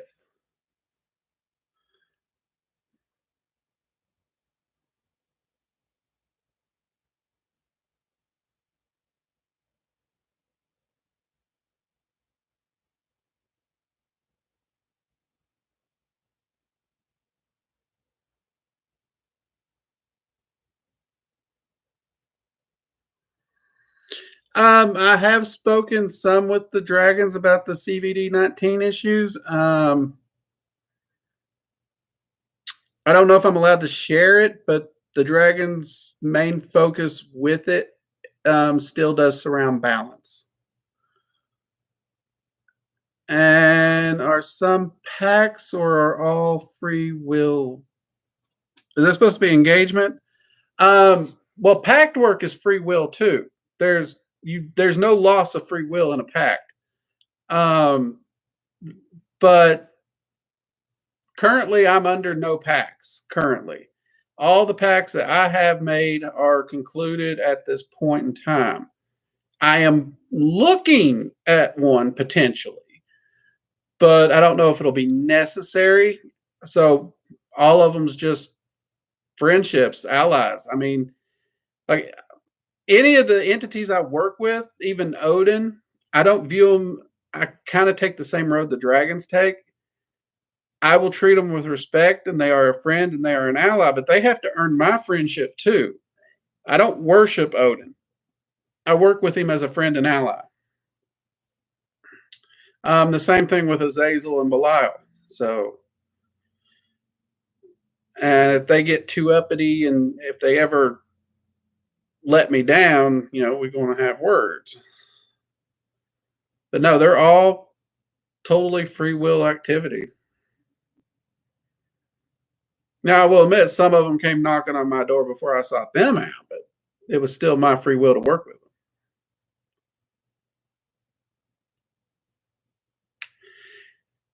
them. Pact work is one that's really not well understood, and people they utilize it wrong. That's one reason I did a video on pact work was to try and break down some of the myths, and I recently did a follow up on it at part 2 because yeah, people they don't understand it. They really do not.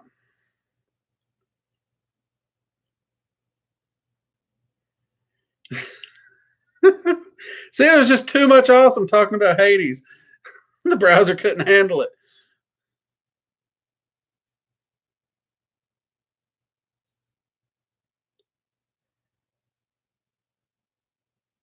No, honestly, pact work, like I've said in the pact work video, it is never a necessity. Um, so yeah, there's not anything you can accomplish with a pact that you can't accomplish with basic evocation. The only difference is one might, like, let's say a pact, you make the pact, you get your assignment that you have to do while the entity's doing what it has to do, because there's an equal exchange. So you're doing your bit and it's doing its bit. You two may not communicate that whole time. During evocation, for long term, you're probably going to do multiple evocations. But since I'm building friendships and allies anyway, I like to hang out with my friends. So why wouldn't I just do the evocation? So I save pact work for very specific things or a list of things. And it's always self-improvement type stuff that I do. So yeah, and it's the pact I made with Azazel that I talk about most often was a year-long pact. It was about self-improvement. And basically he was holding me accountable to push myself and to grow. And I was basically to follow his teachings for 1 year was the agreement. And in exchange for that whole year, there was a list of things that I was kind of needing taken care of. So if I was willing to shift my focus to his teachings, he would take care of those. I wasn't even halfway through the year when he finished his list. But what surprised me was his ideal of teaching was, okay, go talk to Odin. You're going to do an entire year-long path working with Odin and the other Norse. And you have to spend a whole year totally reliant on Norse sorcery.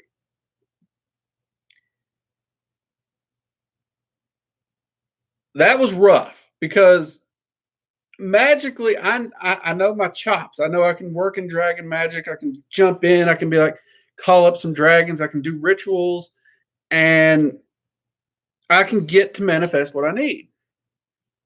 But I just got thrown into a situation where, okay, not only are you going to learn and dive in and learn this, but for a full year, you have to rely on it. So if a problem arises, you can't fall back to your safety zone. You have to stay there and utilize that, um, which was a fascinating experience. I learned so much doing it.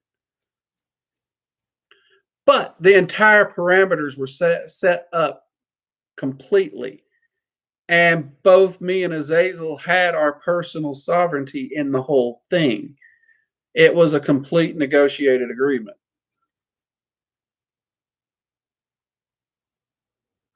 Yeah, I agree. Personal sovereignty all the way. You will. I do not give up my free will. I don't. Nope, not happening. Better to die a free man than to live a slave. Period. That's one reason me and Bilal get along.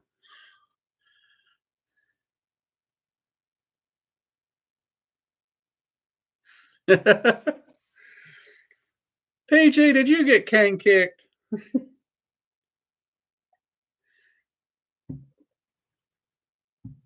So, no. And that's the thing, because if you approach pact work in the Faustian style, you can really screw yourself up. You really can.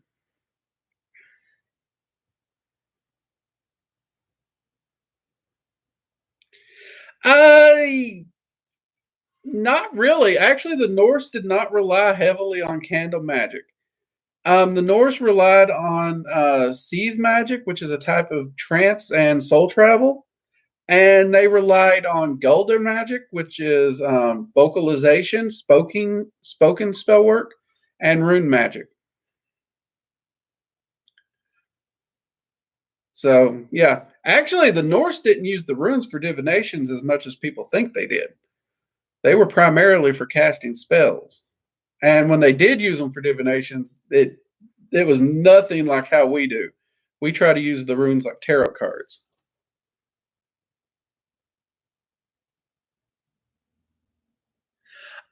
He's never appeared as the classical artwork to me. He usually appears as a large, I want to say like ebony skinned bald guy. Um, when I described him to one of my friends, she's like, so basically, if Nick Fury actually had like obsidian skin, it's like, yeah, only instead of a goatee, he has like this, like, wizardy beard happening here. Eyes definitely a fiery color, but personality wise, he seems to be very much business-like, personality-wise, pretty straightforward. The only time I've ever seen him get riled is if you do something that would shackle you. He's all about freedom. His lessons are about freeing you from any kind of dogma, any kind of thing that's holding you back. Um, in fact, he asked me at one point blank how reliant on coffee I was because he was curious if coffee itself could be one of my shackles. So I had to, there was a nice little in depth philosophical discussion there. There was a pucker factor, big pucker factor, because I was afraid he was going to try and get me off coffee. Luckily, um, once he understood my stance and everything, he was cool with it. But yeah, he's definitely about the freedom concept, which is something you don't really hear people talk about. And I don't know why, because yeah, he wants you to be your own master, no other master. You master.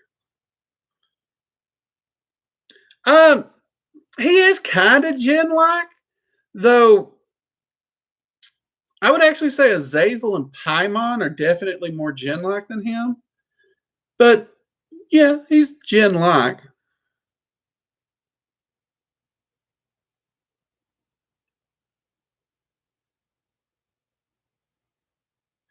I have seen Belial show up in Black Flames. There's actually several entities that'll show up in Black Flames.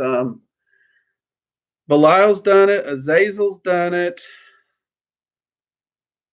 The few workings I worked with Abaddon done it.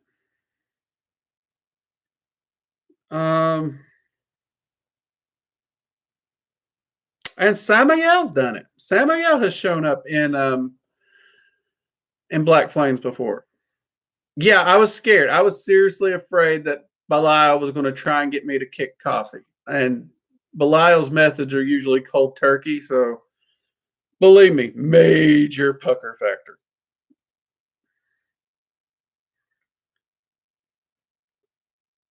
But he did make a point because look at drug usage. I mean, if you're addicted to something, it is a shackle. It is controlling you to some extent. And if you intend to master yourself, a substance can't have control of you. So, I mean, he had a legit point. And you look at my coffee consumption, you do have to ask that question. But I drink it because I like it. Like I can go a day without it, especially now that my health is better. So, but I will say there was a point in my life I think coffee was very much a coping mechanism, at least at one point.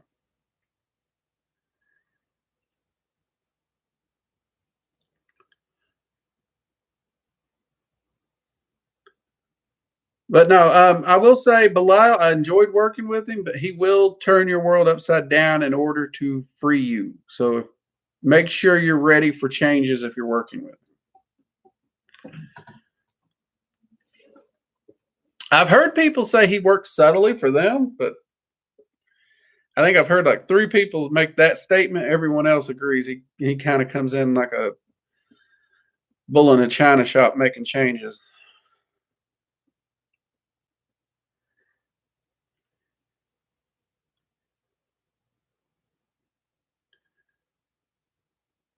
Great questions, though.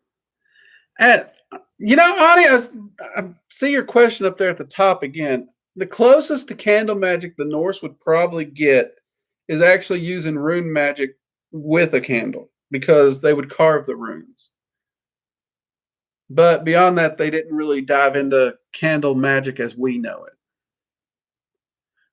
So,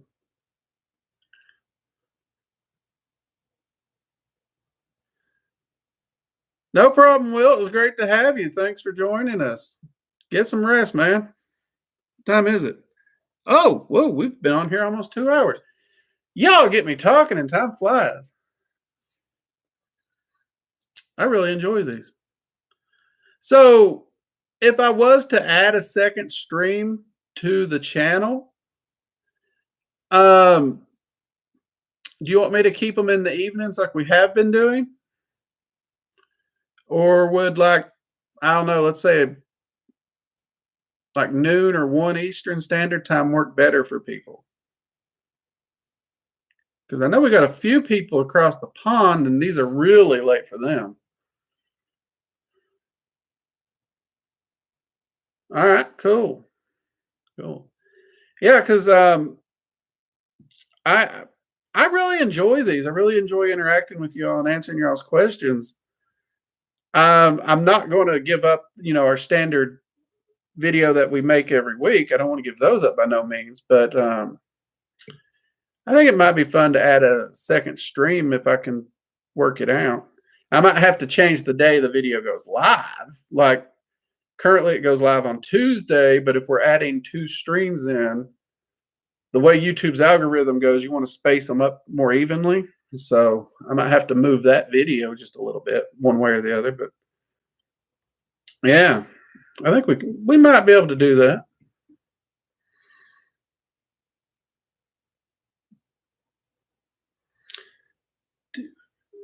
Do I really have to ask what question?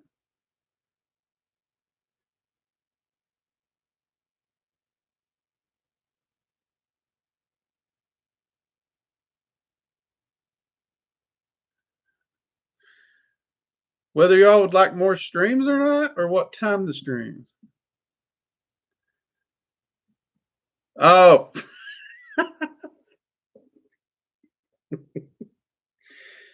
yeah. I've had a great turnout on every stream I ever done, even the first one, which really threw me because it's the first one. No one knows you're doing it, or I didn't think they did. And then everybody just piled in. It was great. That's one thing. YouTube does do a far better job of letting people know when I'm streaming than Twitch does. I think that helps. But yeah, okay. I tell you what, I will look at the calendar and see what changes we can make to uploading the video and working out a balance. And we'll see if we can get a second stream in.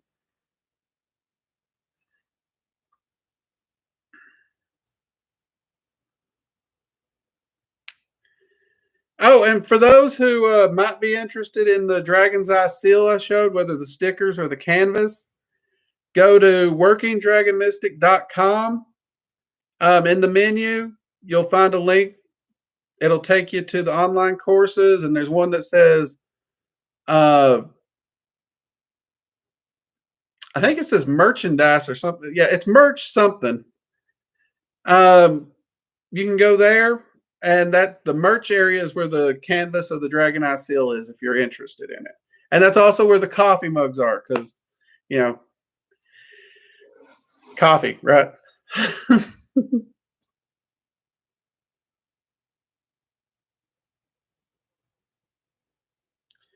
Yeah, Kane, I did. I knocked it to 7 to help you out. So I'm glad it helped because it's been great having you in here.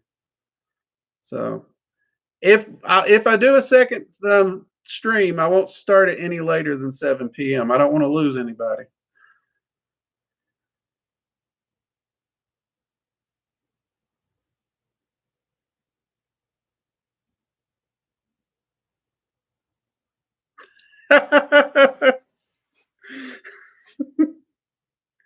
As believe it or not, for such a hermit, I'm a pretty social hermit. So yeah, once you're in my circle of friends, if you showed up at my house daily, it wouldn't phase me.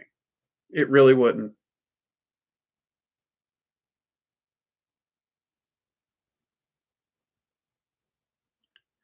See, Cassandra's one of the people I was wondering about starting earlier because of that. Because it is like it's 5 in the morning there.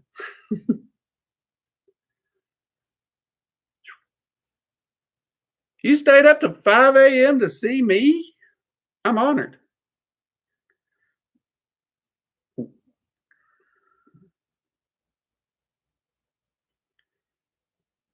Cassandra, you can say not your business. I'm kind of curious. Where are you from geographically? It's always interesting to find out where my viewers are because once people's like, I'm from England, I'm from Scotland, I'm from Norway. I was like, wait, what? It's weird to know I got people following my channel from these places. It's really cool.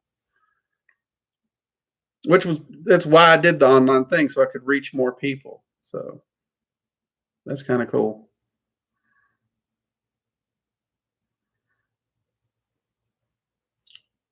It's awesome to see the message and the info getting out there like that. So there's part of me. I still find it hard to believe. I mean, I think we hit 840, 842 subs today, and it's like, really? It's there? Oh my god. So yeah. All right. Well, anybody have any questions before I sign off and attempt to see if I can find How to Train Your Dragon on streaming? Because I can't find it on streaming, I won't be watching it tonight. I'll have to find something else to watch. But I am good to my word. I will try to find it.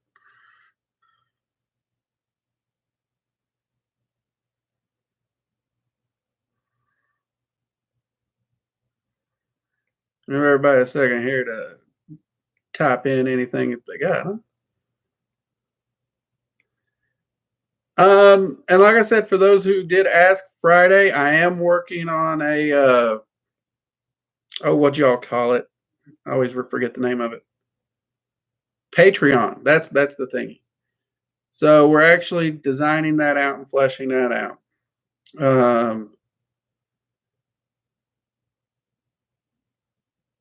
And I do actually have someone attempting to help me put together a Discord server. So yay.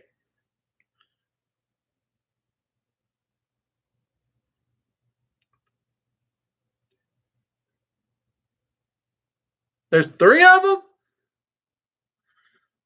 I knew there was 2. I didn't know there was a third one. Well, I can't watch the 2 and 3 until I see the first one. That irks me watching things out of order. So I have to find that first one first. But I'll work on watching the whole series.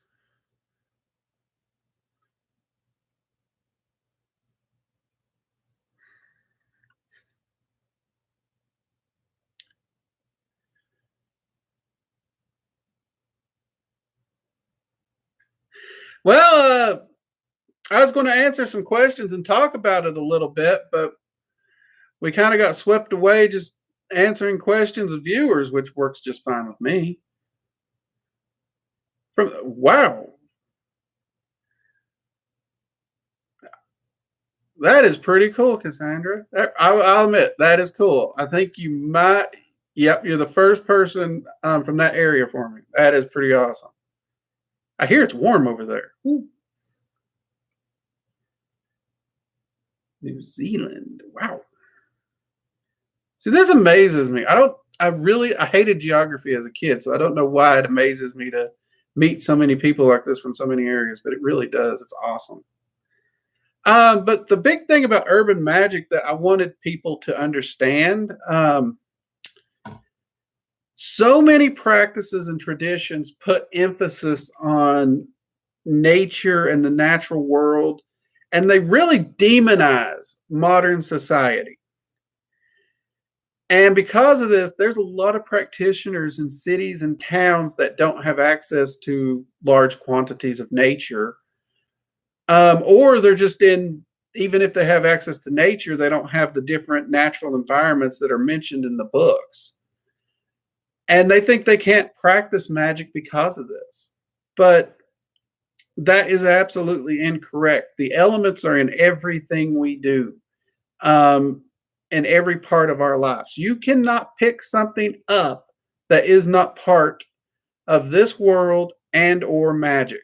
That includes plastic.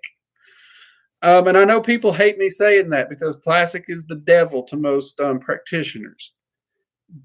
But you can utilize all these in your practice and your magic if you want. And that's probably the biggest obstacle to urban magic is because people can't wrap their head around that because all the books are written from that very nature oriented side. So, I mean, how do you go into a forest and meditate with a tree if you live in a freaking desert? There's no forest. There's sand, sandstone, and there might be a cactus. And believe me, when it comes to people saying you need to ground, go hug a tree, you don't want to be hugging a cactus, okay? Um, and none of these writers are taking these things into consideration. And that's always been an irk for me because I grew up in the country, but then I moved to the city. So I've lived in both environments, and I've actually taken survival camping in almost any environment you can throw me in. But magic is there; it's everywhere. Uh, so a good key point. The dragons taught me this, as did one of my instructors in voodoo. Follow your gut, follow that inner voice, and listen to it when you're looking for how to accomplish a goal. So for example, let's say you actually want to make a talisman and you're trying to find that correct talisman.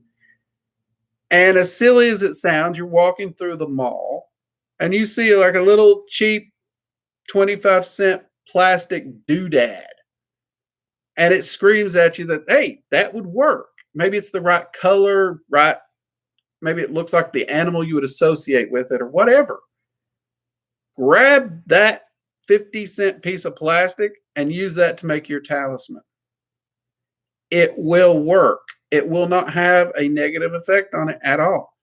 Some of the most powerful enchantments I have put on talismans and items, they were on very man-made plastic objects out of necessity. And they worked. So that would, if when it comes to urban magic, that's the big thing. Don't get so hung up on what we view as those four elements. I mean, again, you look at the desert. Where are you going to find a big source of water? It's a desert for a reason. But those four elements exist in everything. So you can pull those four elements. You can utilize magic no matter where you're at. And this is something that is touched on, but you are your greatest tool. So don't worry about collecting all the tools, the athames, the staff, the drawers of candles, the stones. What, are you all laughing at me?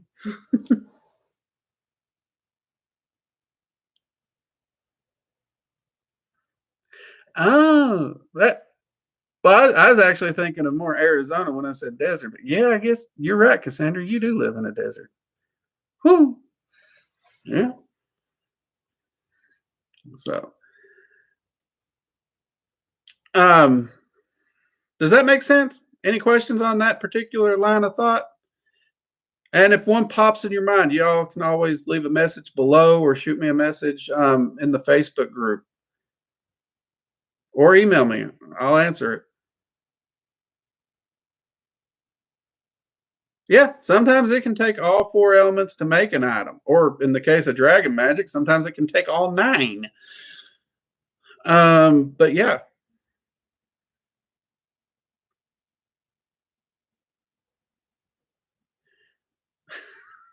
that's if I can find it.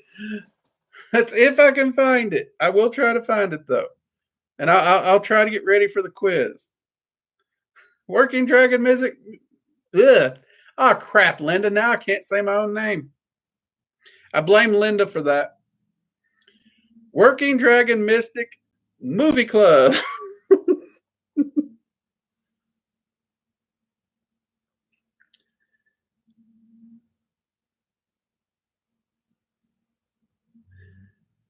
All right, everyone. I'm going to hop off here, see if I can find that movie, and I might even make me some dinner.